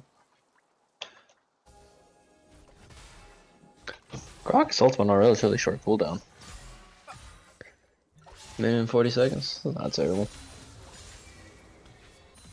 And then again, it always feels like everybody's ultimate's up every time you fight. Yone's opting for the Kraken Slayer into their team comp. I can see I'd be good against the Ornn, but it seems like it's a little bit greedy. No, it seems fine. They don't have too much, like, necessarily burst damage. Because, like, Gragas, he can build AP. Hecarim coming down with the onslaught of shadows on the Swain. Dodging shadow comes down from Senna. The coming in, knock up on 2. Gragas on the backline.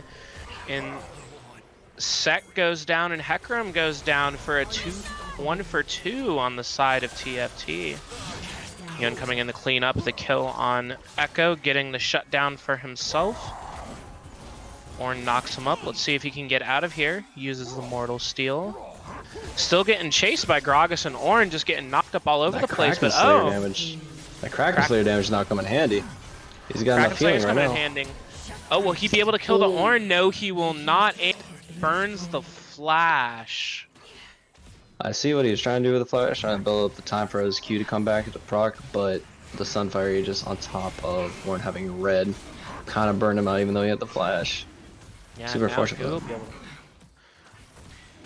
Gragas is not spawned up and they're coming down. I wonder if Hecarim can get into the pit in time. No, it will not be enough. What's also really interesting on the half of TFT is how good they're able to keep up on farm and gold and even get ahead. Because I mean, the scoreboard right now is 15-8, but TFT is actually ahead in gold. It's only by 300, but they have an advantage on towers. They've already they took first turret of the top lane, and Echo coming in, explosive cast knocks Aurelia out of the blast cone, and the last tick of ignite shuts her down. I'm gonna get the PogChamp face right now. That exploding casket. It's mighty nice.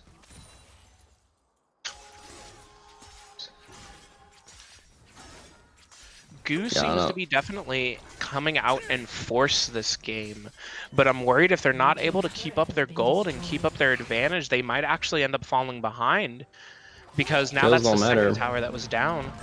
Kills don't matter the longer the game goes on. So you can frag all you want, but if you give the opponent enough time, they'll catch up just on like gold over time and farming.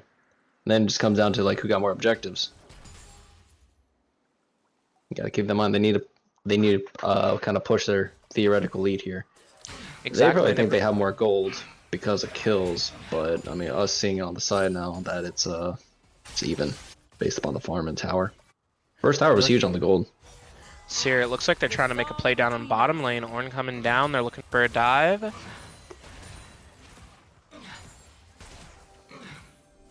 They're potentially looking for a dive. They have all 5 members at the bottom in the bottom river. Seems like they're backing off though.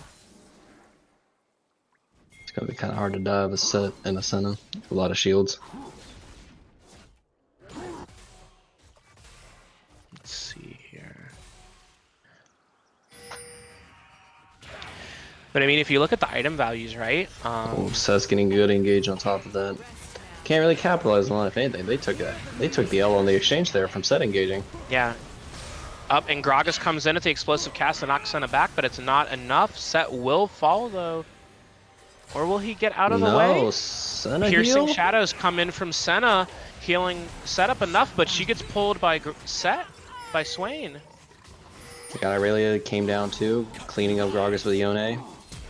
The whole team is down. That seemed like an unnecessary bait from TFT, but I guess they'll take the exchange there. And it being a 2-for-2, I don't think they'll be able to capitalize with Echo kind of pushing them off now. But even then, they're ahead. TFT's ahead by 1k gold. Even though Goo has 8 more kills, they haven't been able to keep the income up through other ways, and so TFT's slowly getting back into this in terms of gold lead. If they're able to clean up their team fighting a little bit and start to turn the tides as Aurelia and Senna start to scale as well as Yone, Goo might be in trouble this game. Senna already has the Kraken Slayer builds on well on her way to Rage Blade, so that'll be her nice power spike. Oh, we got Ornn stunned on the tower. Vanguard Zed comes out, Ornhorn comes out, but she doesn't have the flawless duet to stop the knock-up, and she's taking a lot of minion damage.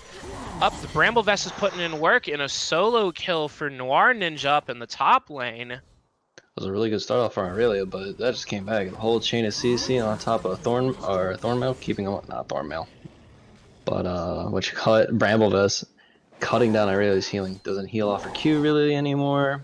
All our auto attacks, nothing. And also, too, what's really important to notice is that Ornn's already been able to upgrade his Sunfire Aegis into the Forgefire Crest, so he has the extra health, the extra armor and MR, and the extra ability haste that he gets from the upgraded item. Aurelia now finishing the Blade of the Ruin King. Might be a little too late for that. He's got Bramble Vest, and he has plated steel caps on. Yeah, exactly. The Bramble Vest is going to put in a lot of work against Aurelia with the Grievous Wounds. Looking at this though, since the team's all AD, should be relatively easy for Ornn to kind of like build to outscale this, but Senna could also just build Lord Dominic's to try to help chew through. I definitely think Lord Dominic should be in the build path. Yone getting the Bloodthirster, adding a little bit of lifesteal and sustain. I like that choice from him, especially since he went Kraken Slayer. I'd honestly like to see a Lord Doms on him too, or a Bork, either one. But they just need tank shredding items. And Lord Doms did get the buff. It does make it better. It does. I think Lord Dominic's is a really good item right now for a lot of crit users, whether they're marksmen or champions like Yone. Mm-hmm. And it helps punish going when you go all AD, you just build straight armor. And we got Forcing Dragon, we got Goo taking Dragon right now. They're on it TFT's already. looking to Sec comes in engage. with the showstopper. He They tries to get the face breaker, but it gets interrupted by Gragas with the body Yone's slam. on top of Vayne. Has to go Ornn back. gets the dragon. Ornn Hecarim knocking goes him too. down. That should be Echo a pickup on flashes set. after set, but the face breaker comes in. And that Set on the goes return. down. Really good. Echo the goes shield in golden. time. Oh. Yone healing. Oh. Wow. Ornn with the flash. Flash Q picking up the last hit on Yone. And building an item on top of his death, finishing that Thorn Mail. And that was a clean ace. Although, almost the entire enemy team, well not enemy team, but both teams very low on summoners for the next fight, because Yone was able to get on top of Vayne with the ultimate, but she was able to flash out. And he wasn't able to pursue the chase anymore because of Soul Unbound bringing him back into that mess that you saw he was in with Echo and Gragas. Or not Gragas, Ornn. Looks like they're Goose trying to start the Baron up now. Orange has upgraded the Kraken Slayer and Vayne to the Worm Fallen Sacrifice. We Game see is the so last metal. problem, TFT didn't have wards. The war coverage is not as good on the main Coming objectives. in now. Set just walks right up into it and just takes a hefty chunk of damage. We have Swain ultimate coming down. Vayne chasing. TFT's just kiting back. Yone's not back out from base yet. He's about to come join the fray. Gragas is Really? looking for an explosive cast. Oh, Swain gets the pull. Is this where we see the explosive cast? It Yon is. coming in but with the doesn't Fate do too Sealed. much. Vanguard Edge coming down. Aurelius stun on Hecarim the charging 2. in. But it's not enough. Vayne just has too much damage. Horn. Doesn't matter. They can't get to the Vayne. And she's just getting free reign to shoot everybody right now. Red team's turret This is, destroyed. Even though they're up this many kills, it's still close Goldie, but Goo's teamfight is just looking a lot better. TFT can't get towards the Vayne, and she's just melting any of the front line that TFT has. We got Ornn upgrading items for people, building items. Gragas coming with the body slam, just trying to kill the Senna off as they siege the tier 3 tower middle. Echo coming in, Senna gets the flashes out flash. the Echo, Oh, but the electrocute proc finishes the deal. now it looks like they're loving just going to this. go back and take the Baron this time in full. It's either take Baron or they're resetting the jungle. They could honestly reset here and just try to wait for Ocean Soul. Goo is on Soul Point. That's Ocean Soul. And if TFT doesn't have anti-heal build, if they get Ocean Soul, that's going to be relatively hard to get through. They're just going to be healing so much during the entirety of the fight, on top of any lifesteal or Omnivamp that they have to begin with. And it looks like TFT is opting to reset, and Gragas is kind of low, so they want to go in with the full life and full cooldowns.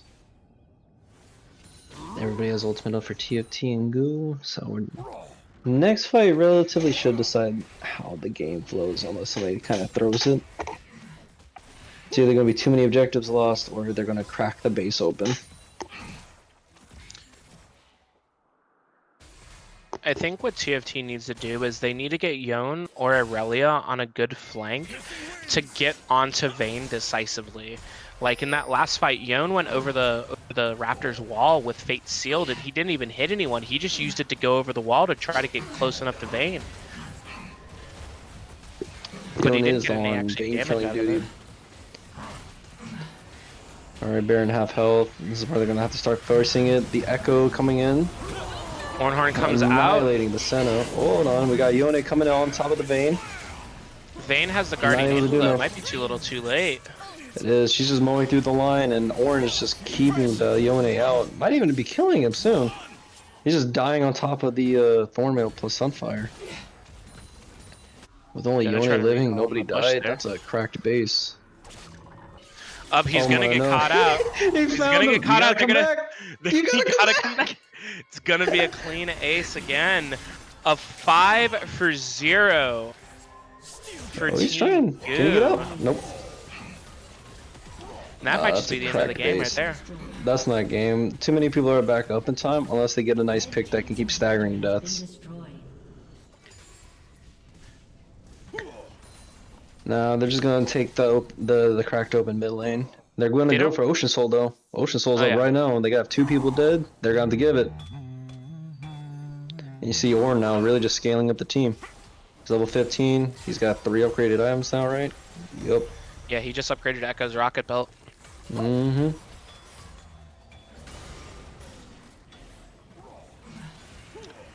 Ekram looking to come in. He might take the blast cone over. I think he's going to be too late, Too though. late. That's Ocean Soul. Do we have anti-heal set up on the team for TFT? Hecarim has a Bramble Vest. Vest, and that's it. That's not gonna cut it anymore. Not with Ocean Soul. Can just start getting it real quick. Lichbane completed out for Echo. And now we actually have a good. If we look at it now, that TFT has a really good gold lead, 4K gold lead, or 3.5. But man, it seems like TFT's been in control this entire game, and just like, or not TFT, excuse me, Goo. I've been talking on the wrong team. Goo's been in control of this game the entire time, and TFT's been trying to pick up and try to get their feet settled back in. Yeah, they were even on gold for a little while, but now it just seems like the fighting coming out from Goo is just better. They're coming out on top in all these team fights. They're picking the right fights. They're fighting around objectives and just getting advantages and snowballing from there. And TFT's not able to keep up. Goo's forcing their lead upon TFT to act upon the the objectives. Yeah, and Vayne just went over and just started up the Baron. They do have a control ward in the pit. Let's see if they back off. Aurelia coming over on the side, but she's in a 1v3, and she's going to get taken real quick by Echo. TFT can't even capitalize on that. Even with Vayne being by herself, she's still too slippery for Hecarim just alone to stay on top of her. Vayne can actually probably solo him. Echo and Ornn just zoning TFT off the pit. Hecarim comes in with the onslaught of shadows and steals the Baron, but he's stuck in the pit as Vayne goes godlike. Set trying to get out, flashes, but he still gets caught by the knockup. Senna and Yone, the only members of TFT left with the Baron buff, as they're just running down into the mid lane, trying to end this game. That was a really good Baron steal. By what cost? Cost 2 people. Now they're just gonna go down the cracked mid lane. Everybody's still full health. They got 2 people down. Aurelia's coming back up. It's gonna be a 3v5. I don't know if two Baron buffs is gonna be enough to like alleviate the 2 character lead that they have on board. Yone coming in with a big Fate Seal, just instantly popping Swain, but he's able to get the GA out of Vayne, but is it gonna be enough? Yeah, but Aurelia getting down. Yeah, Orange just running into their team like he doesn't care. Hecarim getting condemned. Up. Vayne finally goes down the set, handing that shutdown over. Everyone else on Goose seems like they're in retreat or they're dead, but Orange is still just full health, going legendary. 1v3 in the enemy base, flashing on the Senna. God. Yo, somebody come get this man. He's finally going down, but it took a long time. That Ocean Soul, man. Ocean Soul. And still no anti-heal from anyone on the side of TFT except for the Hecarim. Somebody needs to load an Executioners. He lived way too long. That only lived way too long. Senna needs to get Mortal Reminder. Senna just needs to get sell Doran's Blade. Sell Doran's Blade, get Executioner's Calling right now, and build into Mortal Reminder. You need that 60% Grievous Wounds that Mortal Reminder provides. And the extra crit and the extra damage on top of it. Honestly though, I think that helped TFT a lot. All those shutdown golds. Oh yeah, now look at the gold lead. TFT's ahead again. They're still down by almost 20 kills and Ocean Soul, but they're still ahead by almost 1k gold. It's insane. All those shutdowns. Yeah, they got 1 Nexus Tower, but at the cost of letting your enemy team come back in. Letting the enemy team fall back up with the shutdown golds. Vayne picking up the Mortal Reminder, and her team is the one of Ocean Soul. That's gonna hurt a lot for Hekrum's W healing and his Conquer. Red team's turret has On been top of Yone's just And general Yone. healing overall with the Bloodthirster. Executioner comes out from Yone. He also has a chain vest. Do you think he's going to go for the Death's Dance, or do you think he'd go for the GA in this kind of situation? I feel like you prioritize the GA. I wish I could see the item list because I can't remember what builds in that Chempunk sword. I think that was Kindle, the Chempunk, Kindle Gem and the Avarice or Executioners and something else.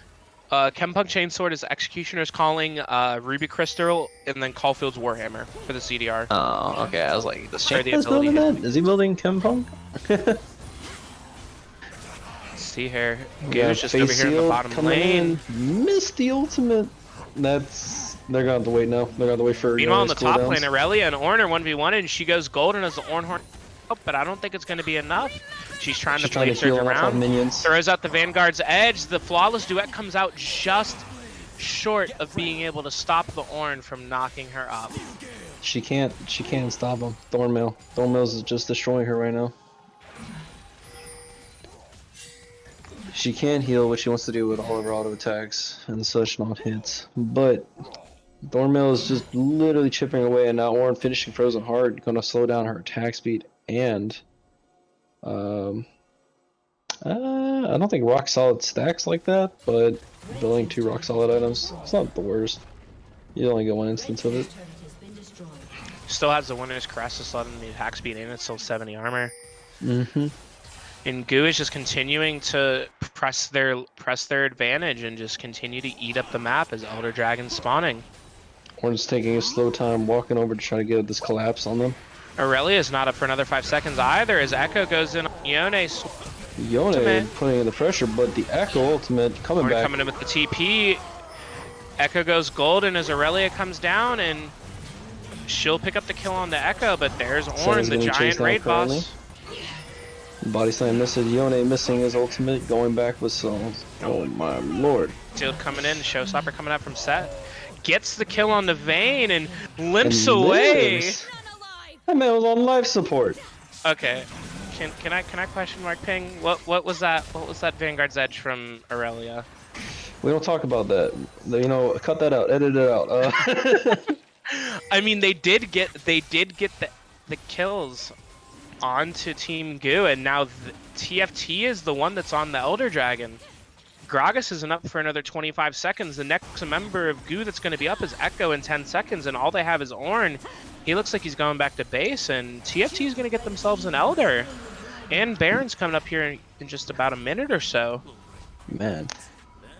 Talk about staying in for the long haul. See, we're getting to the point where the kills don't even matter. The gold starting doesn't matter less. Everybody's getting close to full build. And now we see TFT with the best buff in the game. See if we can start getting that execution procs. And Senna has 69 stacks right now. So she has That's an extra 75 range. It's not the greatest, but she also has the rapid fire cannon. So Senna's starting to That's scale huge. up as well. She has She's Kraken Slayer, She's Rage building a Blade. gun. She's building the Collector. I still think she needs to get an Executioner's Calling. Like, she needs some form of anti-heal. Either executioners or at least build Lord Dominic so you can start trying to shred through the problem child that is Ornn right now. Because it's an on-hit effect too. It would be nice with your Rage Blade. Alright, they're going for all the buffs. TFT's going greedy again and trying to get all the buffs while they can. This is where Goo needs to start working on collapsing on them. Can't while they're divided. You see Gragas on the side looking to get in with the explosive cask on top of Senna. Coming in over the wall, he gets No, rooted and oh knocked my up and just completely jeez. destroyed. The Ornhorn It's a comes Baron in, but buff. it's too late as they get Baron. Now with Elder and Baron, TFT might be able to end this. They do have a minion wave right in the middle of the mid lane. And it's Well, going to be a looking like 4v5 for another 40 seconds. Well, it's looking like a dominant time for Goo. One bad fight's costing him the game right now. I really looking for his stuns? No. Blue team's turret has been Ornn has all of his upgrades at this point too. Every single one of Team Goo's members has their upgraded mythic item. See if it'll be enough to hold him off until Gragas can respond and they can have a proper 5v5. Vanguard's Edge comes in. Showstopper knocking Noir into the back line. Swain goes golden with the ultimate. Vayne tumbles much away, damage but coming down. the Elder Drake knocks her down. Echo gets the shutdown onto Aurelia, but not before she takes out Swain. Has been destroyed. And so far, Yeah, it's a so 1-for-1 if Gragas back up. And it looks like they're going to take the mid inhibitor and start rotating towards the top side of the map. They have a nice big minion wave stacking up on the tier 2 turret right there. Set and Hecarim are going to reset. Might be a little greedy for Senna to stay as all four existing members of Team Goo are coming up on her. Ornhorn gets a knock up. She's looking kind of low. Let's see if she can get out of here. She has more movement speed, all of them. She'll be fine. Rapid fire movement speed on top of Boots' swiftness puts her at 425 base right now. Man, so no objectives on table. Goo has an open mid lane. Man, I thought this game was really in Goo's favor. One bad fight, Alex. One bad fight. Sometimes one bad fight is all it'll take. Yeah, it's like your blitzcranks. They can miss their hooks all lane, but they hit that one for the team fight. Just that one. Sometimes all it takes is one hook and you got it. Show me 2 hooks and you got it. See here, Yon has the GA, the Collector is finished by Senna, and she finally picked up an Executioner's Calling. It looks like the last item for the Senna is going to be the Mortal Reminder. Set has a recurve bow in his inventory. Is he gonna go Blade of the Rune King 3rd item here? That's his last item. Or last item even, yeah. Yeah, last item Borg. He wants to punch! Let the man use them muscles! Punch him in the face. Put him in a coffin. Yone is going on top of the Ornn. Not gonna get too much, he's gonna have to come back with Soul Bound. Try to get a little bit of chip damage.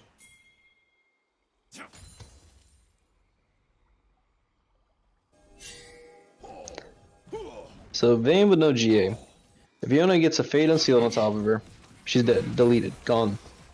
Yeah, we're at the point of the game where I think Yona has enough damage that if he or Aurelia is able to get on top of Vayne for just at least a couple of seconds, it's over. Vayne's dead. We also see Aurelia now has anti-heal and 2 forms away. I don't know if you needed that much, but hey, whatever. Whatever floats your boat. I'd like to see Aurelia build a stone plate here. Gargoyle stone plate. I'd like to see her sell the executioners and build a gargoyle stone plate because it gives her the MR and the armor that she's for, and then it also gives her the shield to help her stay alive when she's diving in with that Vanguard's Edge. She can either get that or just hysterics. I'd like both. Instead of the Thornmail, I would have liked both. It seems kind of redundant just about 2 anti-heal items. It's fine, we got, Set picking up the Ornn, not gonna capitalize too much on that. Now we're just doing a dance around Elder Dragon, with Irelia showing topside though. Will Goo try to force it? Or will Irelia get too much in time? Irelia does have the teleport. Ornn might have to go back to base to try to match her as they're getting ready to get set up for the second spawning of the Elder Dragon. They really needed to match her sooner since the Elder Dragon has too much time on the clock. She's going to get free run of the base right now. Yeah, they need to do something about it. Orange channeling his back right now. See Now here, they're Gragas deciding to coming in force with the something. body slam going in. Ornhorn coming down, knock up on the 2. Hecarim with the Yone's on the ultimate. back line. Hente- Got the Vayne. Yone gets Vayne Aurelia down. TP'd Aurelia resolve. TP'd in with the Getting the Vanguard's Gragas. Edge. That's a 1-5 for Goo, actually. Goo coming on top of this. The Ornn, man.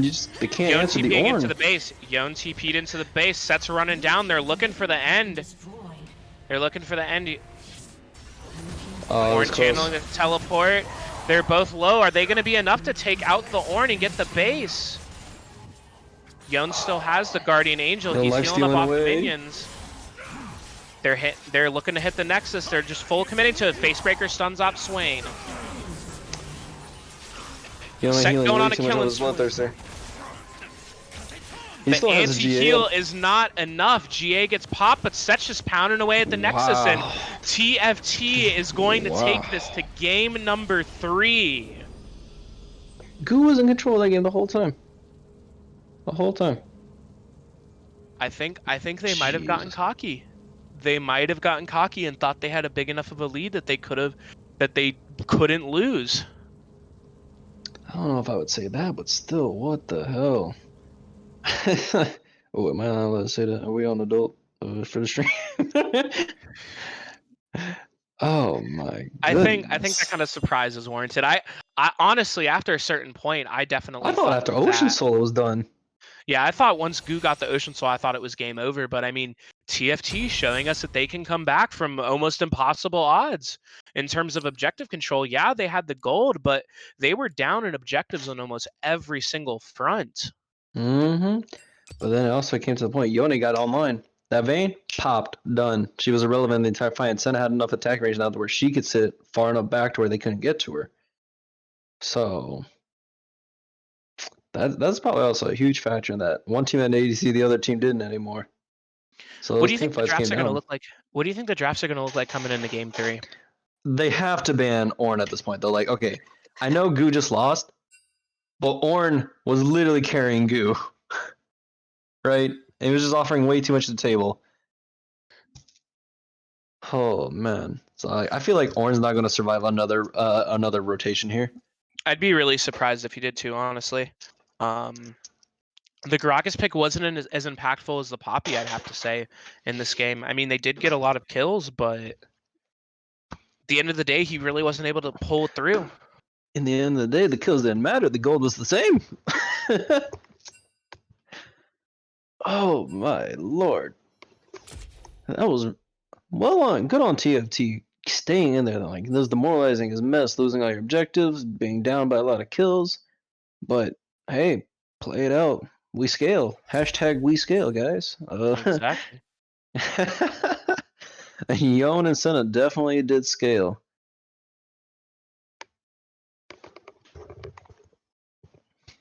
I think Goo will most likely keep their same bans, at least for the targeted ones. Hmm I think so. I think they have to. I think those are direct target bans, like at least the Riven is for Box's cousin, because he is a Grandmaster player, and if he is a Riven main, or if Riven is one of his strongest champions, if they just give Riven over to him, it's over. Like, because Riven is definitely one of those kinds of champions where mastery of the champion really shows, and she's a really skill expressive champion of like all of her auto canceling and all of her combos and everything like that. And then we're getting ready to go ahead and go through with the draft for the game number 3. What?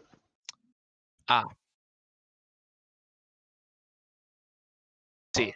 That's like, man, Mike, that's like your rank.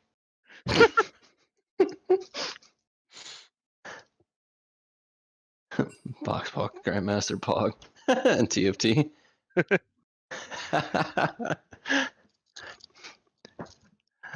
That's literally Mike's motto. Guys, I'm diamond. And TFT. And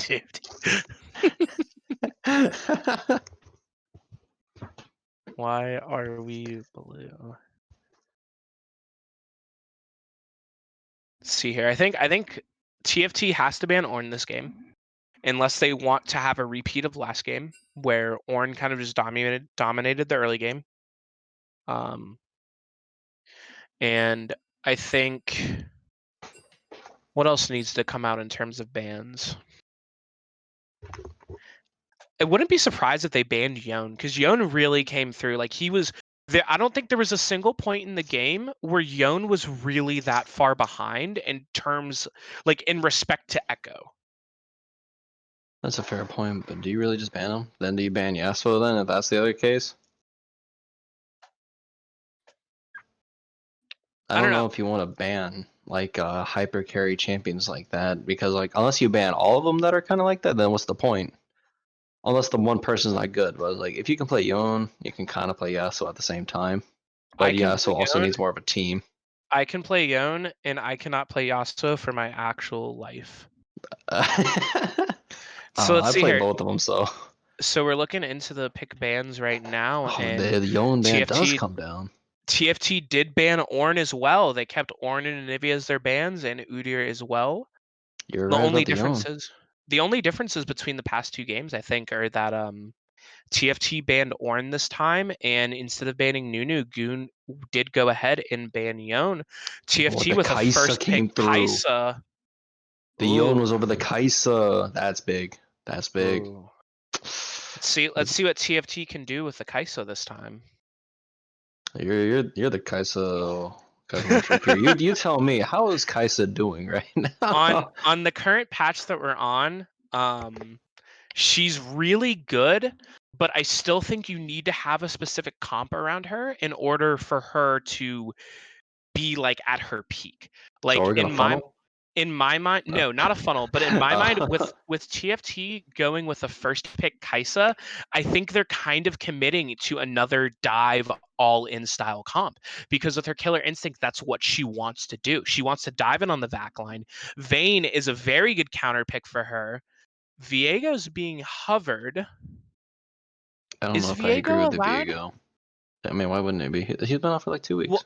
Well, I know in terms of pro play, they've had Viego disabled because of a lot of bugs regarding him in picking up certain champions kits. Hecarim does come out, so they are committing still to this kind of dive style comp. Viego goes well with the dive style though, so I don't see why this one would be Viego top lane if that's the case. Or mid, there has been a lot of Viego mid. That's true.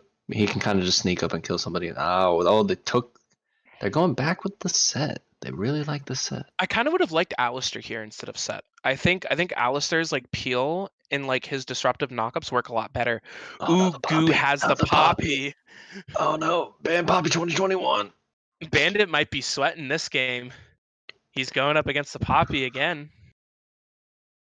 Are we gonna Let's see see the here. poppy jungle?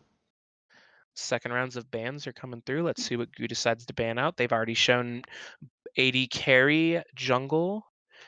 Fizz ban comes through. Set could be flexed once again. He's most likely going support, but he could be flexed top or mid as well. I think he's gonna be the support though. We still need mid lane and a different top lane. Yeah, mid lane and top lane is what we're most likely looking at. Echo ban comes Echo out on the ban. side of TFT. What? Yeah. So he was getting hovered. Okay, I was wondering. I'm guessing it's just trolling on the hover Viego then, if he's not allowed. But I like go Diego go. Yeah, that's true. The Dahan. What? What if you ban Yon? What are they gonna ban Yasuo too? Leave me alone. Leave me alone. These I don't teams are want. just handing out the L's to you tonight, man. Stop, bro. Stop. I'm one man. I can only take so much. I'm one man. The Galio ban. I still like the Galio ban. Galio does a lot in the right hands. But man, that poppy. That poppy. I would think they'd want Galio for this composition, and the Malphite comes out, going to be going into the top lane. Say, Goo should have picked up the Yasuo if you're gonna pick Malphite.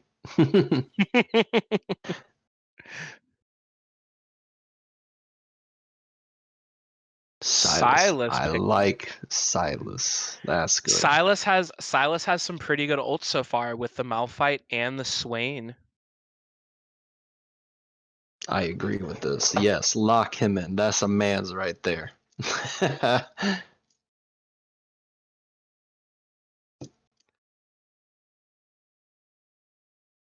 But Silas also kind of goes on the same problem that he can kind of get just messed up by Poppy's W. Same thing, still kind of like it's still treated as like a dash.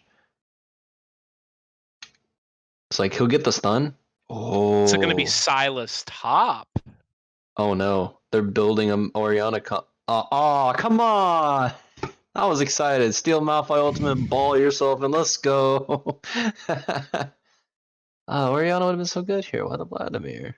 I really like how this comp rounded out. I'm a little iffy on the Vladimir pick, but it does give them a little bit more scaling in terms of like the AP department because a lot of people are going full AD on Kai'Sa right now, which really kind of doesn't scale as well into the late game. But if Silas is able to steal the unstoppable force from Malphite and Seraphine coming out into the mid lane, Hmm. I personally would have preferred the Orianna pick, comboing with Unstoppable Force and Hecarim's was it Onslaught of Shadows. yeah, and I mean now that just gives Silas another really high value ultimate to steal as well. So I mean, if now Silas can steal either Encore or Unstoppable Force and just have immediate engage onto the enemy backline. And I It's mean, gonna be a rough one for Vayne. It's gonna be a rough especially one. with Unstoppable Force, like we all know the dangers of AP Malphite. And Silas builds even more AP than Malphite does. It also scales more. It gets his ratios. I didn't know that it gets Silas's ratios too. Well, okay, I actually have to look up what Malphite's AP ratio scaling on his ultimate versus what like Silas's conversion ratio. Okay, so like when you use a Silas ultimate and you steal echoes, it does more if Silas uses it most of the time. So that's what I'm saying. Okay. Like you chunk more. It's weird how Silas's like scaling changes it. Either way, the amount of AP is gonna it's going to chunk. It gonna hurt. Oh yeah, of course. It's going to be a lot of damage to come through on the side of Team Fish Taco. I'm really excited to see how this game 3 goes through. Man. See, I'm looking at it. Malphite's AP ratio on Unstoppable Force is 80%. And Okay. Silas's, Then let's see Malphite's here. might be enough. Or it might be more.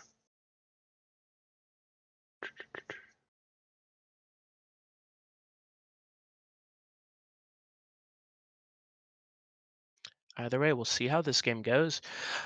I'm still a little iffy. Personally, I'm a little bit iffy on the Set and Vladimir picks. I would have preferred Alistar support, and I do think Orianna really well into TFT's comp, but I do think the picks to look out for in this game are going to be seeing what can be done on the Silas and what can be done with the Kai'Sa in terms of TFT. I think they have the best like explosive potential, especially if Kai'Sa is able to get an early lead on the Vayne, which if they can navigate the early laning phase possible will be very easy for Kai'Sa to do.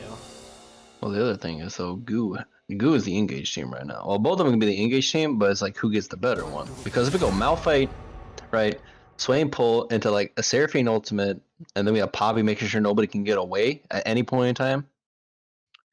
The thing is, though, is so they want to ult onto the backline, right? Vladimir has his pool to get away from that. And Kai'Sa has Killer Instinct and Flash, and she's most likely still going to be building Gale Force as well. Right. So really, the only target that they'll be able to easily stick onto that's in terms of like a carry would be someone like Hecarim or Silas. But all you really Like- need to do is that wombo combo on like 2 people. If you can take 2 people out of the fight immediately, within the first few seconds, that should be enough with whatever cooldowns you have left to finish everybody else off. Theoretically. We'll see how it But goes. it's also really hard to react to a Malphite. You gotta be on top of that. Yeah, I really still want to try my all move speed Malphite build because I learned that his ultimate scales off of like the speed that he travels scales off of movement speed. So you just wanna like teleport? And then said, "Here I come, my cinnamon." Teleports behind you. Oh my Moshi Yeah, Neru. bro, you're just gonna be anime rock. Nani? Oh my god, that'd be silly. God. I just can't believe they banned you. Asshole. That was a joke. You didn't have to ban.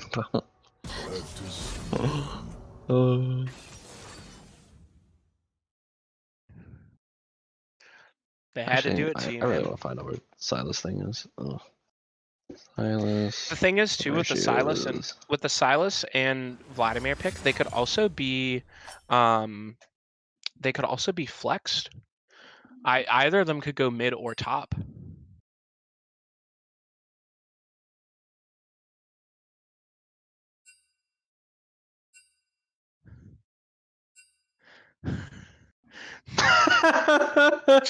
So we have a little bit of technical difficulties as it is revealed that Silas is going to be going into the top lane, and Boxbox's cousin actually doesn't have Silas on the account yet. All right, so what are your bets based off of what we've seen for the draft, Dehan? What are your bets for this game? Who do you think is going to take it? I want to say Goo.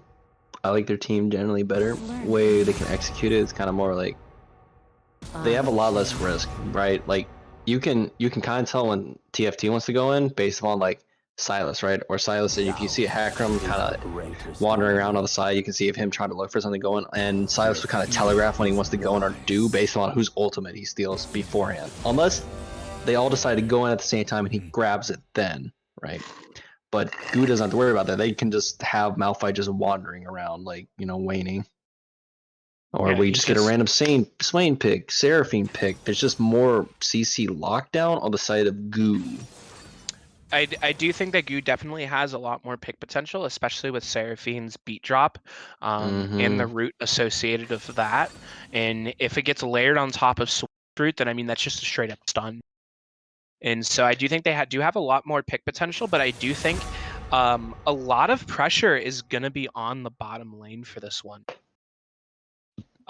Because if Kaisa is able to get ahead early, a lot of that gets thrown out of the window.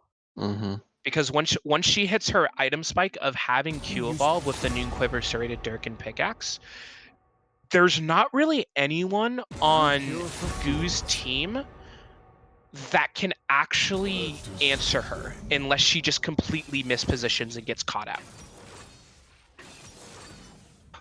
Like once she gets that spike, and if she gets to that spike early enough and she gets an early lead, then it might be TFT might be able to snowball the game in their favor from that. What I really want to see is the Kaisa be played super aggressively out the gate. I want to see early level 1 trades. I want to see them go and try to get the summoner advantage early on with Set having the Hex Flash available to him.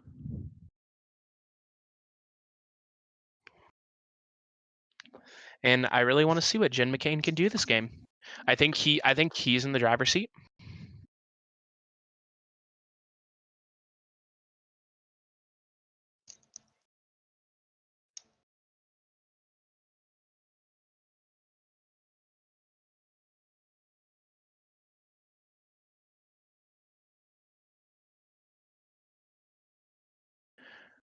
All right, and to give you guys some more updates around the league, we had Spacey AIDS versus the Silver Soup Kitchen, and Silver Soup Kitchen took that 2-0, and then we had Dr. Mundo's. I'm so glad you remembered this much.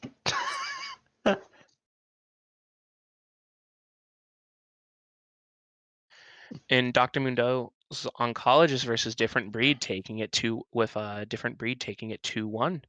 And we'll see how this game 3 goes out and see who takes it between Goo and Team Fish Tacos. Is this the last game of the day, or are they or do we continue the bracket onward here?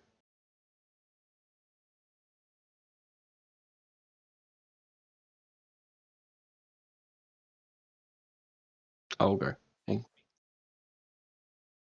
Yeah. I was just wondering, like, are we going through the whole bracket tonight? Like, people wild. Like, does nobody else have work in the morning? Just me? Just me. I'm gonna head out. I'm really taking L's out here today. Dude, you got work tomorrow. I feel bad for you. I gotta sleep in. No, bro, I'm taking L's looking like I'm Brian. Oh, wait, nobody knows what this means. I forgot I just said that on stream. Oops. Ben. Yo, shout outs to Dr. Ben. He gets the meme. Rest in peace, Brian. Understandable. Understandable. For real. I hate those words. Oh God. Forgot they can't hear you, Mike. There we go. Typed it. I hate them words. The words Nothing you don't want to resolves. hear. Nothing ever resolves in my resolves. town. Not my top cut.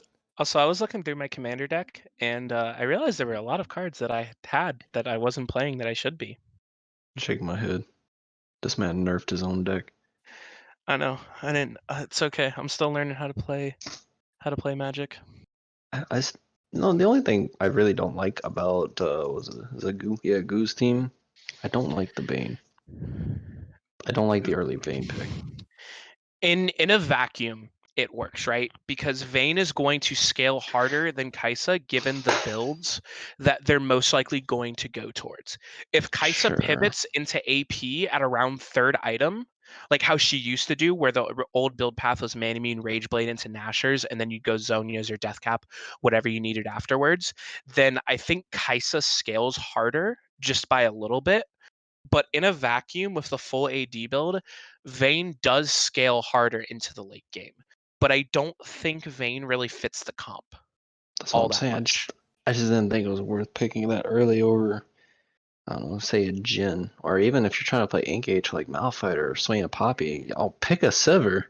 I'm Hit that surprised that R we button. haven't seen. I'm surprised that we haven't seen any Samira either. I feel like Samira is honestly more like a solo queue based champion, but like she's I just mean, somebody you kind of frag with. She doesn't really have team synergy. Samira goes really well against Kaisa. That's the thing. Oh, that's what you're referring to? Yeah. Samira goes really well against Kaisa, and Samira can follow up on the engage that Malphite in Seraphine can offer a lot better than Vayne, I think. I still would have preferred a Sivir.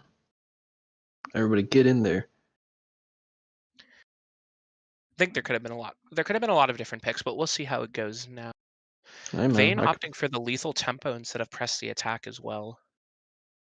I don't dislike it. It's a lot of damage over the course of the fight. Standard stuff from Vladimir, phase rush, domination, phase rush, size with Conqueror, opting. You think he's gonna get cheaper boots? You think that man's getting slightly magical J's? I think he's getting the magical J's. I think so. Or no, actually, I think he's probably going for cookies and the cosmic insight for the little bit of additional ability haste. Fair enough.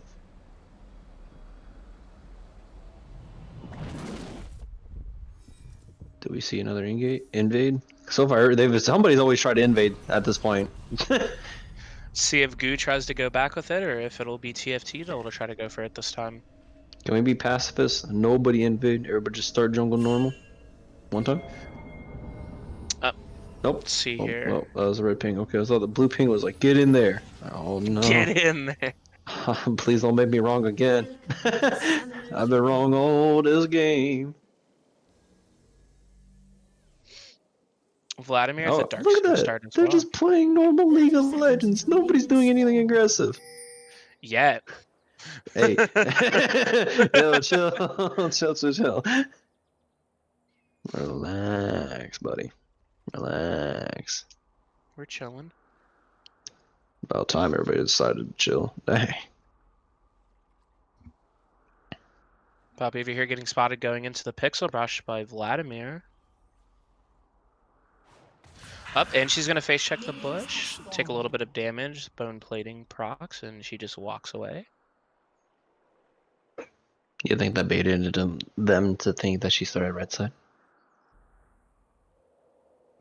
I don't think so. I think Malphite showing up in the top lane is definitely going to give it away, though Silas is walking over up the ramp, Oh, he's seen checking. on the ward. Okay. The Magus is checking. So now they know for sure she started blue side, so Malphite doesn't need to hide anymore. Yeah, both teams with a blue start, so both junglers will be pathing top side at the end of everything. And then let's see how lane goes. I don't think too much is gonna happen mid lane. Seraphine and Vladimir are just gonna kinda just farm. It's gonna be up to the junglers to make a decision there, but Poppy can't really gank Vladimir that well since he doesn't get out with a dash or anything like that. Upset coming in with the facebreaker down on the bottom lane. Ignite goes out. Flash and heal from the side of Goo. One more auto would have given the first blood over to the Kaisa. Now the counter engage from Swain. is exactly what I wanted to see. And now TFT does have the level 2 advantage, and Set still has flash. On the top side, is Goo on the right or on the left? Goo's red side. Goo's right side. Okay. TFT is also winning on top side with Silas. He got the early level 2 and started pushing the advantage down on Malphite.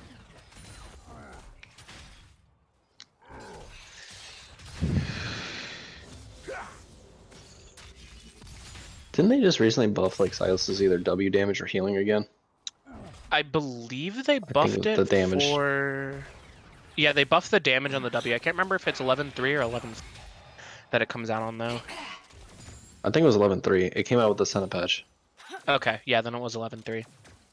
Let's see here. Silas going for an early cheater. Now that he's got the wave shoved in, let's see what he picks up.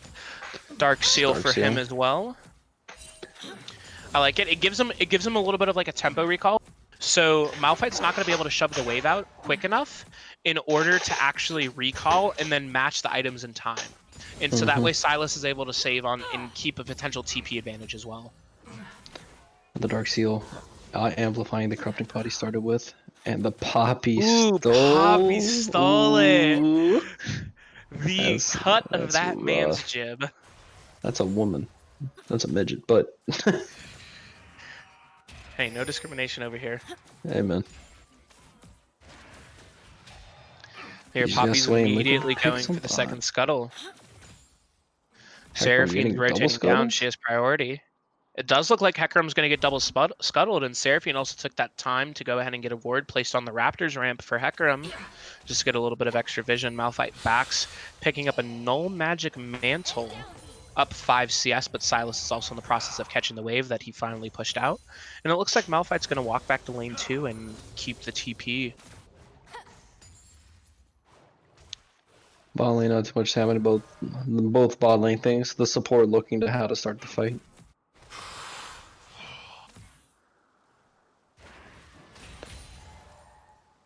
The Swain rate misses. And Seraphine's actually just keeping this shoved under Vladimir's tower. I'm trying to make it really awkward for him to farm. Seraphine's gonna... Looks like she might be trying to get a recall now, but getting spotted on the... Hecarim getting spotted on the ward kind of scared her into canceling the base. I don't think Silas can actually duel Malphite right now. Silas don't think so opting for the either. W max. We'll see maybe if the damage actually pays off. The damage Because buff of the at W least. buff? Yeah. So here Hecarim coming over to the bottom side, walking through the tri-brush. Not spotted on a ward just yet. Will get spotted on the river ward. It pops the TFT ghost. coming As in. Set comes out the flash and Ooh. misses. Hecarim gets That was a condemned, big and there's drop. another. That's a really big drop. That could have been a dead Swain. Swain didn't have flash up. If he just hit it, try to get both, and you just field goal missed it. Should've was just played kind the of- Swain. That was kind of a waste on the half of TFT. They wasted Set's flash and his ignite as well as Hecarim's ghost for nothing really. The Vayne Condemn kept Swain safe.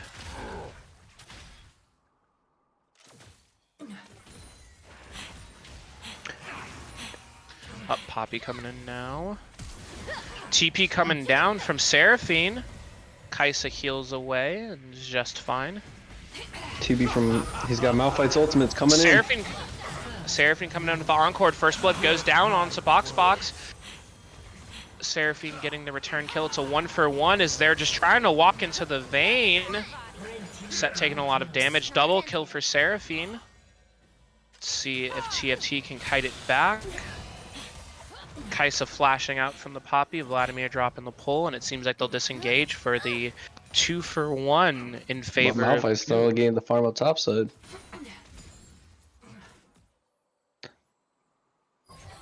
Letting this man get back into the game. We got Goo trying to get Dragon right now. Hecarim trying to push him off. Vladimir is there as well. Seraphine has no ult, but she Seraphine can also does keep have her taking passive damage. stacked.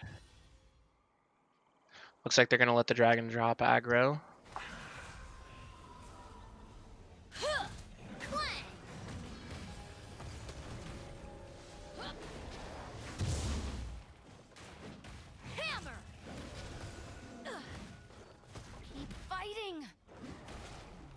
summoner has disconnected. What? Seems like we're having the game pause a little bit. Maybe Bozon was lagging a bit, and he's going to go ahead and reset his.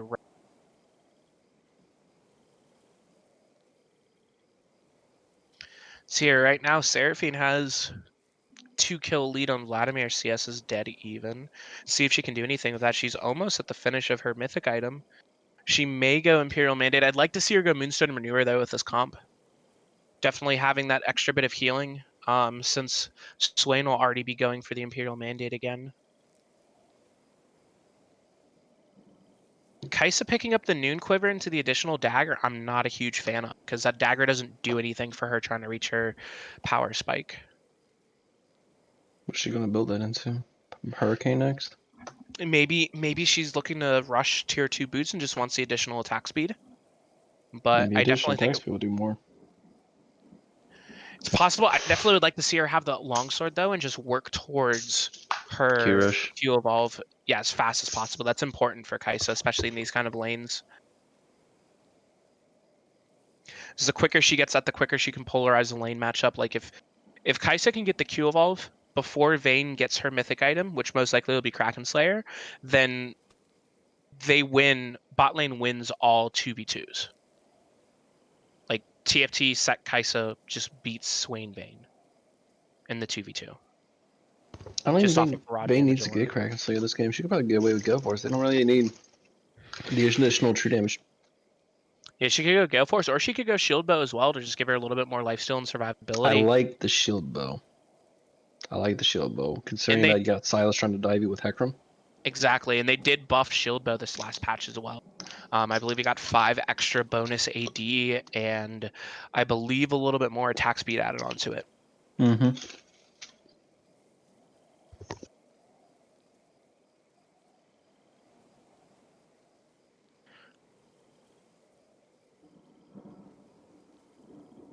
What time I'm do you work interested to tomorrow, see. Rehan? I work in the morning. Oh no. You think I was joking when I said that some people work in the morning? I was gonna see if you wanted to int after this. I mean, I'll still play. Sure, that's fine. But I want to see what the Silas is building. He's building Lost Chapter, so that's either going to go into what, Lunzek or Leandries. I know a lot of people have been playing Leandries with him. You know what I'd really like to see out of him? It's a little bit left field, but I'd really like to see Everfrost, because the active on Everfrost is similar to what GLP did for Silas before the item rework, but now it also has the option where if you land it in the spot in the middle, it's just a complete route. That'd be kind of cool. You land the stun in with the chains on the E, and then you Everfrost them so that you have to sit there and eat the full Q. Yeah, exactly. That'd be really cheeky. It's a little bit less seen, just because I don't think the stats it provides are like on face value as relevant for most people. Like it doesn't give its mythic pass, it doesn't give magic penetration like Luden's, and it doesn't give ability haste, but it instead gives flat AP. How much added to each mana mythic does it item. give though? That's the thing. I believe it's the same. Let me see here. So the main reason why people build Leandries and or Ludens on Silas is because of the mana. There's just no good mana gaining efficient items besides like the mythic for his build path. Hence why like I personally like Riftmaker, but it's like I'm kind of conceding to the point where I need to build one of the 2 big mana items because I just run out of mana way too fast in the fights. Because mana, like Silas doesn't generate that much mana. Like he doesn't scale with that much mana building, and his mana costs are really high for his abilities. Everfrost gives 600 mana. Oh yeah, it could be worth it then. But it's like, can you justify that over the ability haste of Leandries? Yeah, that's what it really comes down to.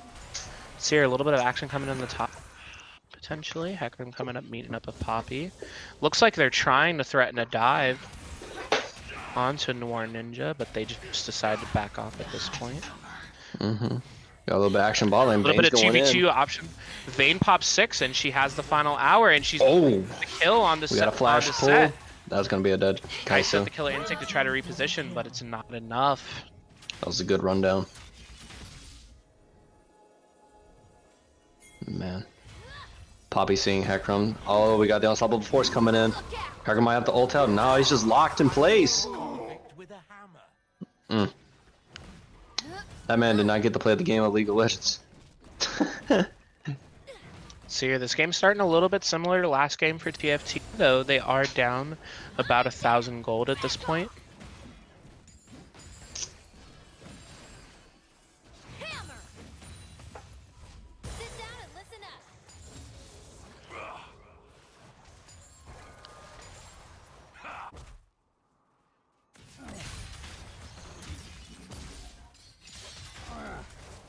So, oh wow, oh the Noir Ninja has the red buff. He kind of trying to push it down Silas as much as he can. Silas And he is still actually doesn't teleport. opting to max the E second. I haven't played Silas in a minute, so Silas that could is just be the going- way now. Silas eat onto him, up, and he's just dead. Just getting, you know, thunderclapped here, my guy. No pun intended, but They're able to trade that for... They're able to get Dragon in the meantime, getting the first Dragon on the board for TFT. even though Silas is magic based, it's still kind of rough. Malphite's just so hard to duel. Probably still explains why Malphite is this absurd win rate in solo queue. He's just a rock. He is rock solid. One would say he Reggie rocks your world. Ha ha ha ha, that's your BCC ID. Ha. Ha ha ha ha ha. Oh, balling. Set with the flash and the showstopper onto Swain. But you Go see down. Hackram got stopped by the Poppy W. Couldn't actually ult in. Bane's trying to give it the rundown. Goes I into don't the know. tumbles. Oh, that was a great Condemns stun. him to the wall. No! Somebody just But finished her off with an Jin- auto attack. Ah. Jin survives. Jin McCain survives with less than 100 HP. And it The stays game is shoved. a 1 for 0. Oh, but Set's getting dove. Pops the W, but it's not enough. Poppy And- saving Vayne, not allowing And the the horse to keeper's get in there. verdict, knocking him out of there. The ban hammer. Hit him with the ban hammer. Bonk. Silas coming in, hit him with the unstoppable force, and Malphite's able to flash away before Maybe he I can have get to try another auto Silas attack like off on this. him. I didn't know you're supposed to max W now. Oh! Oh my goodness. Oh, Oh, still he's gonna does take another tower shot. Aw. You hate to see it happen. That's what we call Needed one more. tragic. What's important too is Malphite still has teleport throughout all this. So even though he does lose a large majority of that wave and he is 20 CS down on Silas, he does have the TP advantage. Though Silas's TP is coming back up here, looks like in just a couple of seconds actually. But it'll allow Malphite to return the lane quicker if he No, he's chooses not gonna to. return lane. They're gonna save it for plays. So one person can't actually TP to lane without giving up the pressure of that. And Malphite having TP is immense pressure because then you can just teleport in. Then unstoppable force just changes the whole flow of the team fight. Can't give that up. Vayne has the pickaxe and the vamp scepter, so I wonder if what she's opting to build into.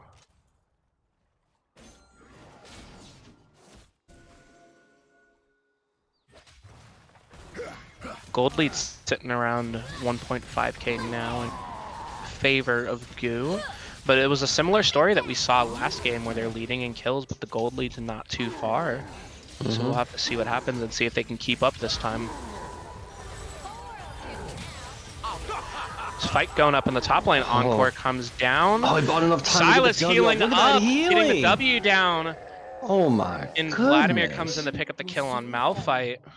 And it looks like Hackram and Vladimir are going to go ahead and start the Rift Herald here. And that was a straight 3 for 0 in favor of TFT. That was the fight they needed to come back. That pretty much killed the goldie that Goo had on them. You see that Yeah. healing though? That healed like 500 on one W. And it does look like Silas is going for the Leandry's Angus as well. He picked up the Fiendish Codex. Mm-hmm. Also, looking on like top build rates, the for inspiration, they use the Time Warp Tonic. Up Hex Flash over the wall. Swain ultimate coming down just to go, and they go ahead and They're disengage. not gonna get any of that. Oh, here Final comes hour. Silas TP TP. coming in from Silas. Malphite's coming Showstopper in. dropping Oh. him in. Killer instinct. Oh my goodness. My God. The Vladimir teleport was a little bit unnecessary, but Oh, that image got Silas deleted. damage Yo, somebody, he needs some milk. was Yo, this really is well making me played wanna by play Silas. Hold TFT. on. I'm loving this right now. And yeah, Max W, then Max E second. I've been playing Silas wrong this entire season. Maybe that's why I'm losing with him. Maybe. Fuck. Oh, is Malphite gonna steal the crab? Hecarim getting caught out on the crab.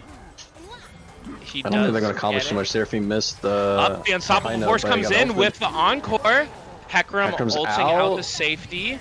Set Vladimir's coming in gonna for get the re-engage with the face breaker to flashed. stop him, just to help and try to peel. It looks like Set will go down though. Yes, that's going down for sure. That was a lot of summoner spells out from Goo.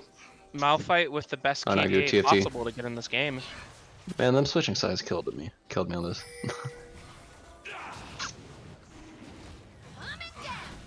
It's gonna be Infernal Dragon going towards Goo unless TFT can actually do something about it. Fox does get the Swain ult and he pops it, getting onto Bozon. Let's see what he can do, healing up. He's on a my rampage. God. Seraphine flashes over the wall, but it might not be enough. Swain coming in with his own ultimate. Malphite's taken down. Hecarim with the double kill. And they're chasing down Poppy. Tries to pop the blast cone, but Hecarim just runs in front and picks up a triple kill for himself. Damn, that's really good for that. Team Fish Tacos getting the dragon and 3 kills. 4 kills. Almost the whole team ace. Remember what I said earlier when we were talking about the predictions for this game? I definitely was thinking, and I definitely do see now, that it's going to be either the Kaisa or the Silas that's going to take this game away. If anyone's going to be the reason that TFT is going to pull through on this one. He had a bit of a rocky start, but... It's because he's fighting Malphite. I see what you did there. They drop the return mid. They get 2 charges off on it. Get the first turret out of the mid lane and open up the map a little bit. TFT sitting at a comfortable 4,000, almost 5,000, actually 5,000 gold lead now that they just cracked down the bottom tier 1 turret.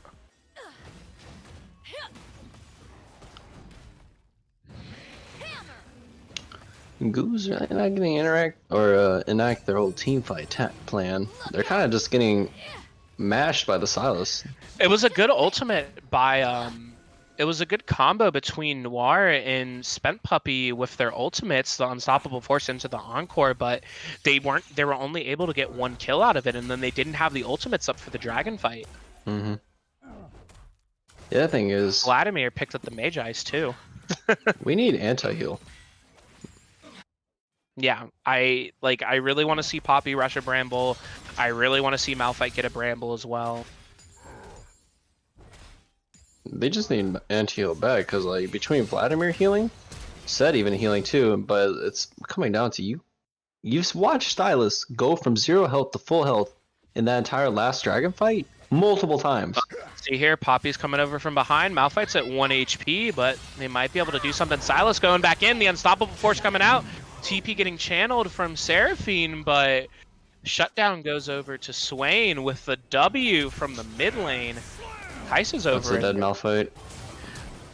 Up, Kaisa's maybe just not. gonna solo Swain. He's just running through and gets taken out. That's gonna be a pickup on the what do you call it, the Set over here. Not Set's doing trying to well do in what the he can fight in the though. alcove. Yeah, he's gonna get taken down by Poppy. We got Vladimir shoving a bot side. Vladimir's just doing what he has to do, just getting his farm, going through, getting to his core item spikes. Silas over here picking up the Mage Eyes as well. Getting the fancy book. Phew, everybody out here like reading, they must not play card games.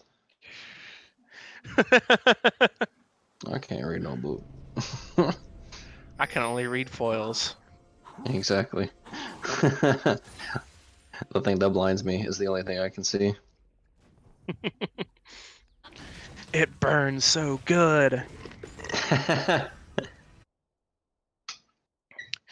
I mean, now we're seeing a little bit of a repeat of what we saw last game where in the early game especially, Goo was leading in kills, but they aren't able to keep up in farm. Vladimir's up 10 CS. Kai'Sa's catching back up when she was at a deficit before. Sylas is up almost 40 CS with another kill onto Malphite. And they're not able to keep the early lead that they were able to get.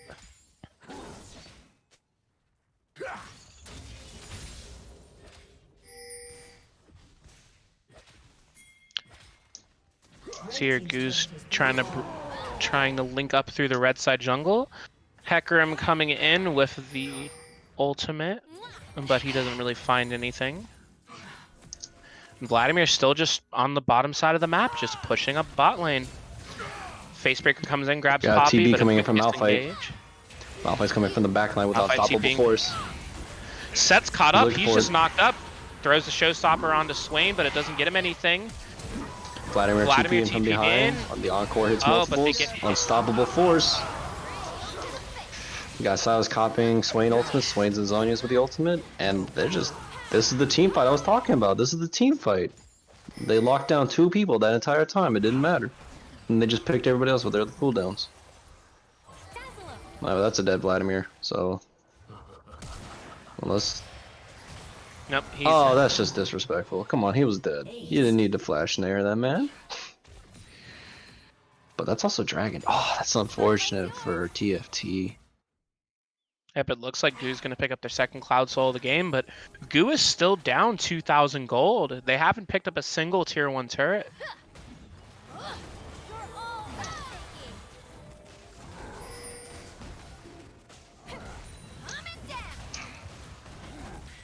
Also, you see Vayne did go shield though. She's like, I don't want any of that business.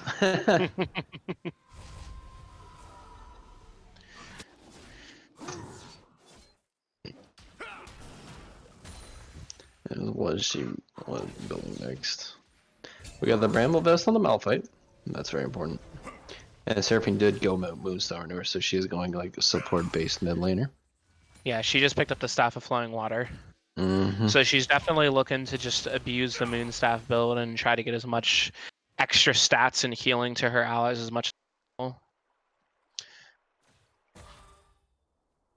Vayne picking up the Executioner's Calling. And Mercury treads this game. There we go. They're on that anti-heal plan. It's good. And also the Magi staff now after that last death for both Vladimir and Silas kind of looking like a waste. See, I told you. Oh, we can't read and neither can they. Magi is like, it's such a like, you either love it or hated that item. You either win because of it or you just lose because you just wasted like a bunch of gold on it.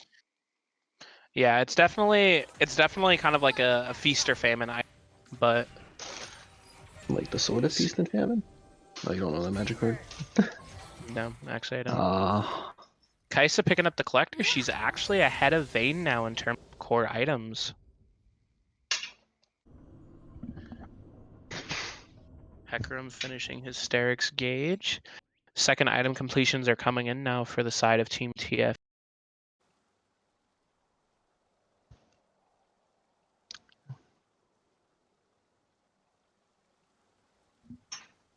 Do you think Sunfire is still the best like tank build item?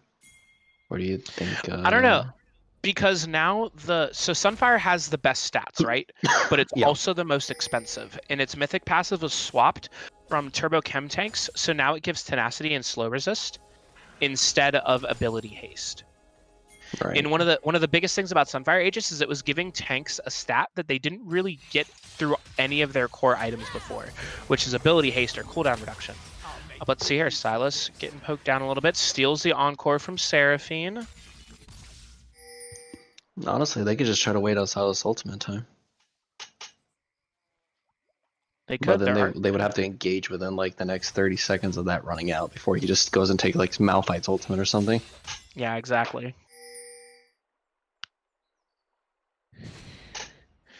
Sitting here in the bush, Silas hanging out over the wall. Looking for the engage. see if they'll find it. Silas is up in the mid lane. Hecarim's coming down through the river. Spotlight's Okay, so we'll take the red buff first off. Silas is caught out, dropping the encore. He hits 0, Maze taking a out. good bit of his health. TFT's gonna have to back off for a little bit.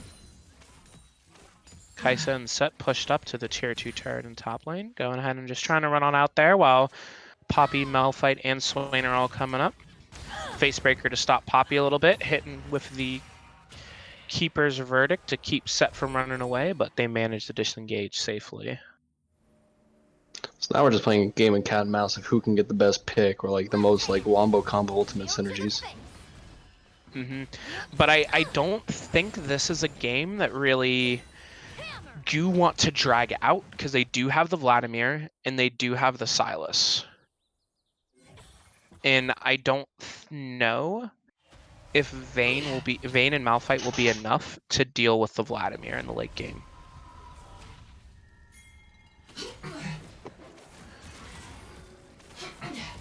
Cloud Drake's coming up in about a minute here. And that's gonna be the Set's next already in fighting the river point. getting set up. Let's see what they do. Like Cloud Drake's gonna determine whether or not somebody really can get a good lead going. Yeah, exactly. Let's see if Vayne has Rageblade on her back here. Really like to see her have it, because it'd be kind of risky if Vayne isn't able to get to her second core item completion before this fight. They'll Doesn't definitely be seem down like on it. fire. Rightfully mine.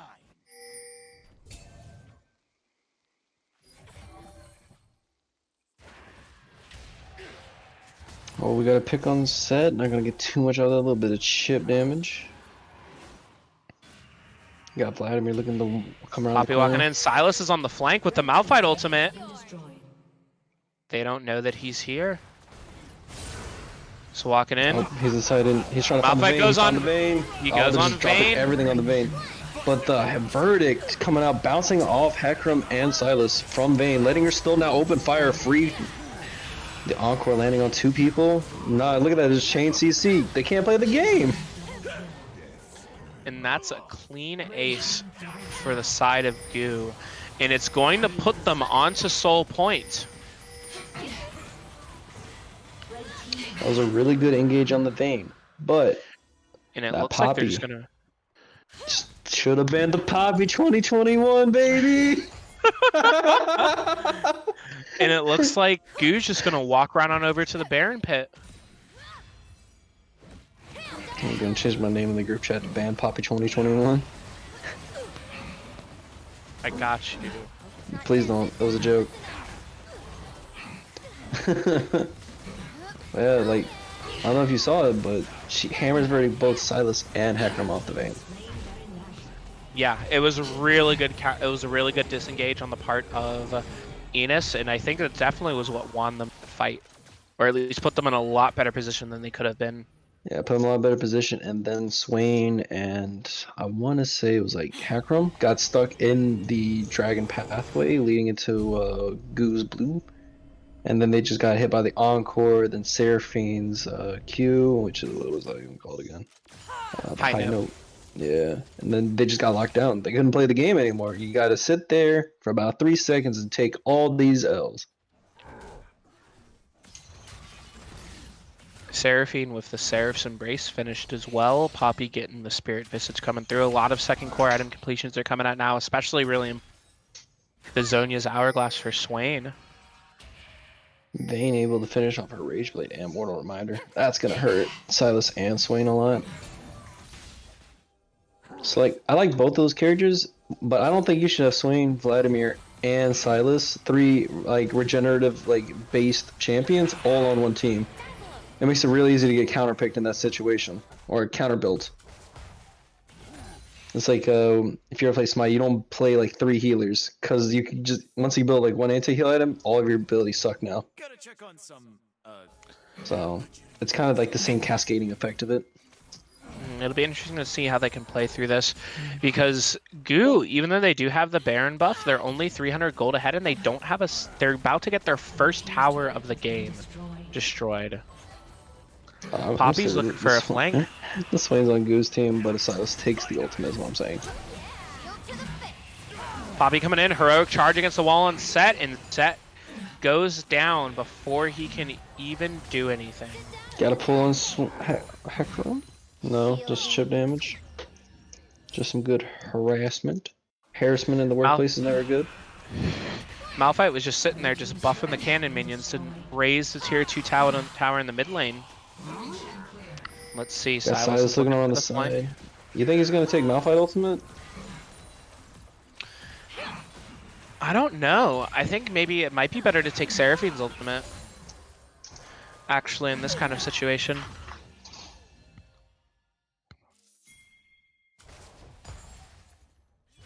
Not terribly too much is gonna be taken here. Just one tower for one Baron.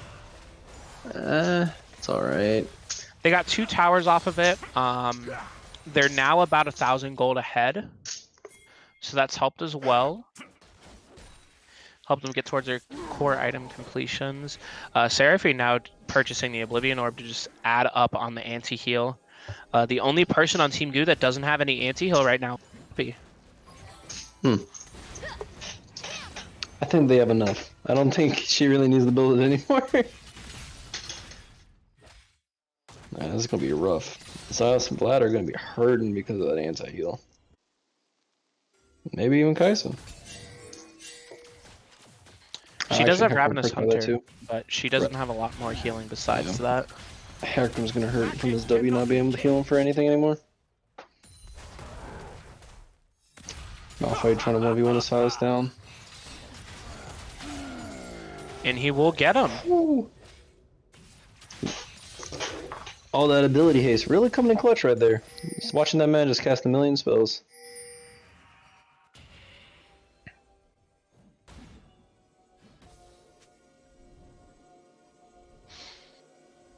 It's like they're getting ready to set up on Dragon. Malphite won't be available for it at all. Stylus does have the tele. Not sure if it'll be necessary.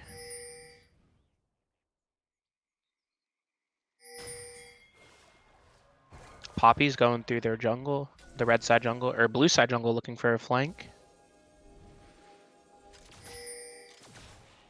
Instead drops a ward and heads back out into the river. Will Goo attempt to contest this while Malphite's still down? Well, I mean, Malphite has TP, so he's probably going to TP in somewhere. Yep. He's coming out from the back line. The Encore comes in, hits their whole team. Whole team. You have Silas coming in now and Malphite both enter the fray. He gets the charm onto Vayne. The lifeline shield from Shieldbow coming in real handy for Boson. It's just too late. That's just another one team fight for Goo. Easily.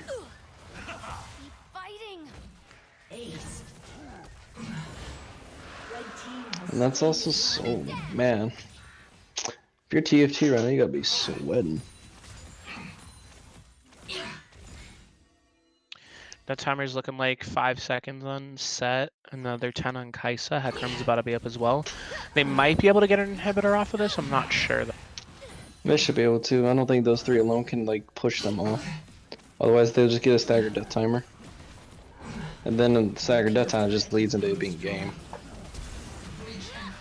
Set Ooh, coming in with the face breaker on the flash. Teleport coming in from Seraphine. Set goes down. JROTC cadet goes unstoppable as the inhibitor's destroyed. And it looks like they're going to disengage. They got what they came here for. And they got a kill on top of it. They should probably ward up around Baron and reset. Or they can just try to take her right now. Looks like they're trying to just... Oh, no, looks like they're resetting. Probably have a lot of gold they want to spend anyway.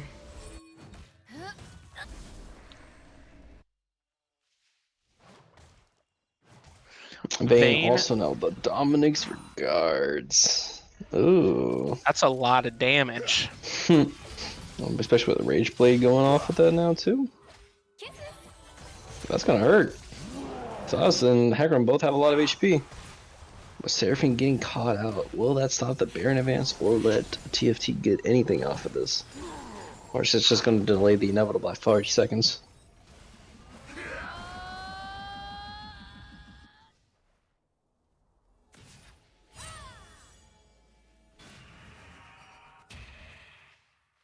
They need to TFT needs to make sure they keep that mid lane pushed up as much as possible because, or they're just gonna try to go for the Baron themselves. The thing with Poppy down is gonna be enough. Might be. Poppy is 2 levels up on Hecarim though. So if it comes down to a 50-50, Poppy's probably gonna come out on top. Unstoppable Force comes in. Silas goes golden. Let's see what he can do. He ults up the Poppy in the mid-air. Verdict out. And Vladimir gets the Baron. Legendary. There are red minions pushing in the base. They might be able to get a tower out of this.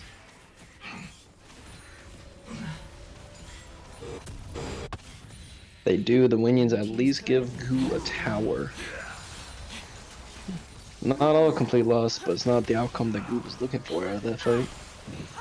Remember that TFT was in a similar position to this last game. I think they were open Nexus last game, weren't they? TFT, and then they won the Elder Dragon fight. That is And true, then it and started then it all turning just around. went downhill. So we can't count him out yet. Kaisa looks like she's building towards the Lord Dominic's regard as well with the Last Whisper. I ain't Trying to gonna make sure that anybody she can out. shred Poppy. So far, every team that's had the lead has lost. So, I don't know, man. And even then, the gold lead's only 1,000 or less than 1,000. It's at 800 right now. For a 10 kill difference. You'd think with a 10 kill difference and soul, there'd be a lot larger of a gold lead. Baron just made up for a lot of that, though. For 300 for everybody, it's 1,500. So here, Vladimir with the death cap. Wonder what if he's gonna go straight into the Morello next, or if he might go for something like a hourglass. I'd like to see him have a stopwatch just for a little bit of extra survivability.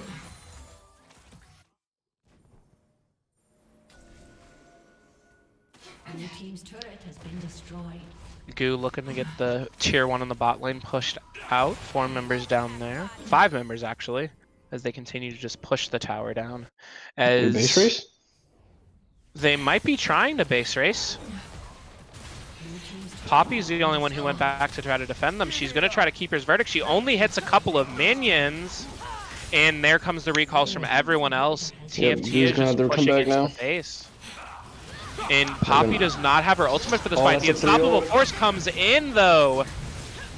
Showstopper trying to disengage a little bit. Swain just running through it. Kaisa putting down a lot of damage. Silas shutting down Silas. The Encore coming out. Let's see what Silas can do. He misses the E. Vayne's trying to tumble away. She has the ultimate. Shield bow procs. And Hecarim goes down with Vayne getting a quadra kill as Seraphine channels her teleport to the bottom lane. Trying to get another tower. Vayne also picked up the QSS. I think that's what saved her in that fight. Honestly, that and the shield bow. The shield bow, definitely. Seraphine slowly having all the time in the world to get this tower, but Destroyed. I mean, she'll probably get the inhibitor. slowly. Nope. See, the thing is, know it's that TP unfortunate. worth it. I don't think it was either. It does get another tower and it does open up another inhibitor. But the thing is with that fight is that TFT is all going to be up in time for the Elder fight. Like, they're all respawning now and they're going to be able to clear the waves and push them back out and then get ready, even though Goo does have the vision advantage on Elder. I think this game is going to come down to this next team fight. Whoever wins the Elder fight, I think, is the one who wins the game. Well, they only have one person left. Yeah, maybe. There's one tower down if Vayne's like the one that lived. Oh, that's a good pick on Hecarim. They're going to go in on that. Swain's ulted in. Encore comes down, hits Encore and the 3. Unstoppable Force. That's team wipe. Silas not able to get that ult off in time. Yep. Yeah, with a 5 team or 4 team ace right there. Or, well, it's almost ace, but It was a 4-for-0 as they go to rush to the bottom lane. they're probably gonna get both inhibitors. Yep. Or no, they'll bring the bottom wave. That should be game. Set can't stop this. I don't want to be that guy to call it, but I think Goo has every advantage. He's to trying win for this. it. He's going for Nah. the face breaker, and he's A just for getting effort. knocked back to the fountain. Go Said back to not jail, today. Seth.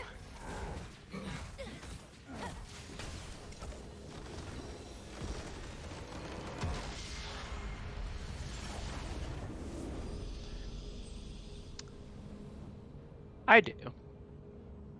We'll just go with whatever you have. I wanna try to get Noir on here and talk to him and see how he felt about game 1 and game 2 on Ornn and how he's able to pull through with the Malphite, because I think he was definitely integral to Goo pulling through in that game 3. But they do have another game to play right out of this, so it's kind of rough on that.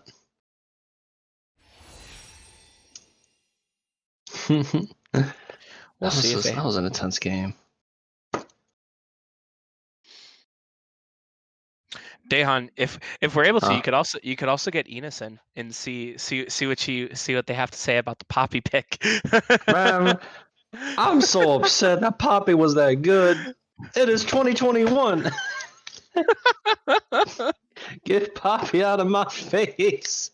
Hey. That's what she's trying to do. She's trying to get you out of her face. It's hammer time. No, no, no, no. No, no. I'm so mad, bro. I'm so mad at that. Get Poppy out of my face. Should have been Poppy 2021, boys. Vayne also did really good as well. Yeah, I was skeptical about it, but it worked out really well in the end for that. Just goes to show.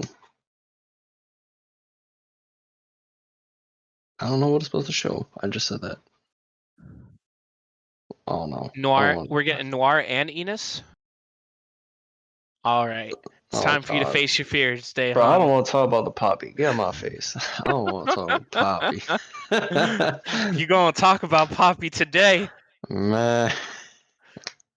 Study spaghetti.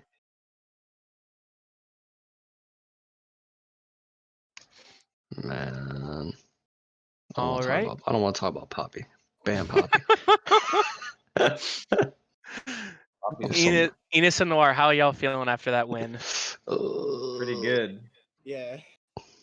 So the first thing that I wanted to say is, Noir, how do you feel after those first two Ornn games, especially the second one where you were just dominating over them for like the first half? Honestly, I just took those fights and I don't know. I don't know why I won them. I'll keep it real. At least you're honest. He was just chilling. Yeah, my brain was telling me no. My body was telling me yes. Hey, sometimes that's all it is. That's very respectable. I like that. And I ain't got nothing to Enos, say to Poppy though. No, fuck that. I don't know if y'all were watching our commentary in between the games, but Dahan specifically said, "Why would they ban Poppy? It's 2021." And then game 2, TFT came through and banned Poppy, and then you brought it back in game 3, and it just seemed like a powerhouse pick. Just being able to just knock TFT away from your carries. Sleeper OP. It really was though, the W, man. Just being able to keep at like Hecarim at bay, Silas, or anybody from like having their easy engage when you just have that online was really the utility that was just absurd. Oh, that was disgusting. Like, did you practice Poppy for like the team games, or are you just like on the spot wanting to play that? Not at all. I just saw all the dashes and I knew it was time. It was time. You're like, you know what? This is My a secret Poppy weapon. game. Yeah. Yeah. No, that was a really good pick. Kaisa, and he was like, "Ooh, Poppy's open. Let's take it. Let's take it red 1." Oh R1 God. Poppy. Flex on them. That man said frame 0, you don't get to play the game.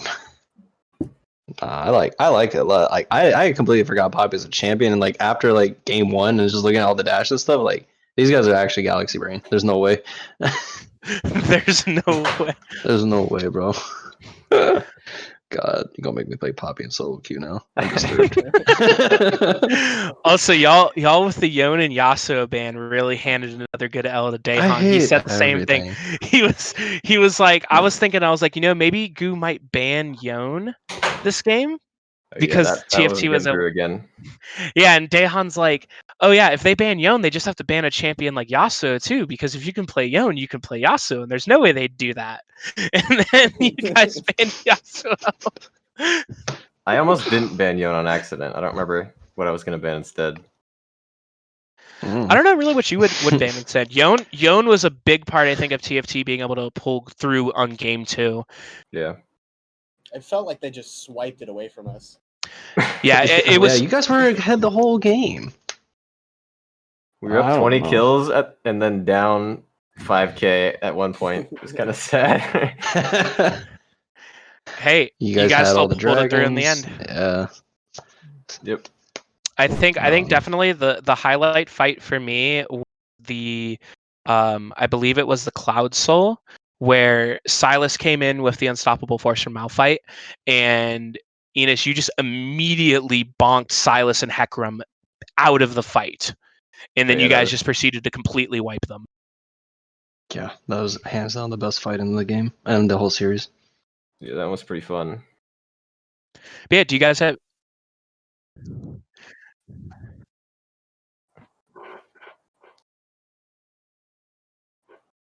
Yeah, that's what I was gonna say too. So, if you guys have any closing words or any shout outs or anything. I think Noir has a shout out. My buddy Javon Tavius wants me to shout him out. He's a really good guy. He's good at Kane. He's good at set. That's it. That's it. Hey, Good sometimes you experience just have winning. to beat the shit out of someone. That's true. And I'd like to ask all the other teams to stop banning our Anivia. Yeah, that would be nice. Yeah. Stop baiting I- the Anivia. Mm. All right. Well, Alright. appreciate Good your luck on guys' your next time. game, Good luck on the guys. rest of your game tonight, and All right. have a good one. You too. Thank you Thanks. very much. See ya. That's my team. All right, and that'll Alrighty. be it for us today. We won't be streaming any more games. Hope you all appreciated and enjoyed the stream, and hope you all continue watching. Same time next week. Follow Alex on Twitch. Follow Alex on Twitch on hashtag Don't Nerf Kaisa. I don't have a. Don't even get me started about her nerfs, bro. The last buff they gave her wasn't even a buff. It was a They joke, actually man. nerfed her. I didn't mean to get him this heated. I'm sorry, everybody. Alrighty. Nah, I ain't got nothing. Shout outs to Dr. Ben for being understanding my Brian reference. And we're gonna go play some League and our brains I'm out. gonna get demoted. Again. All right, y'all have a great night. Bye bye.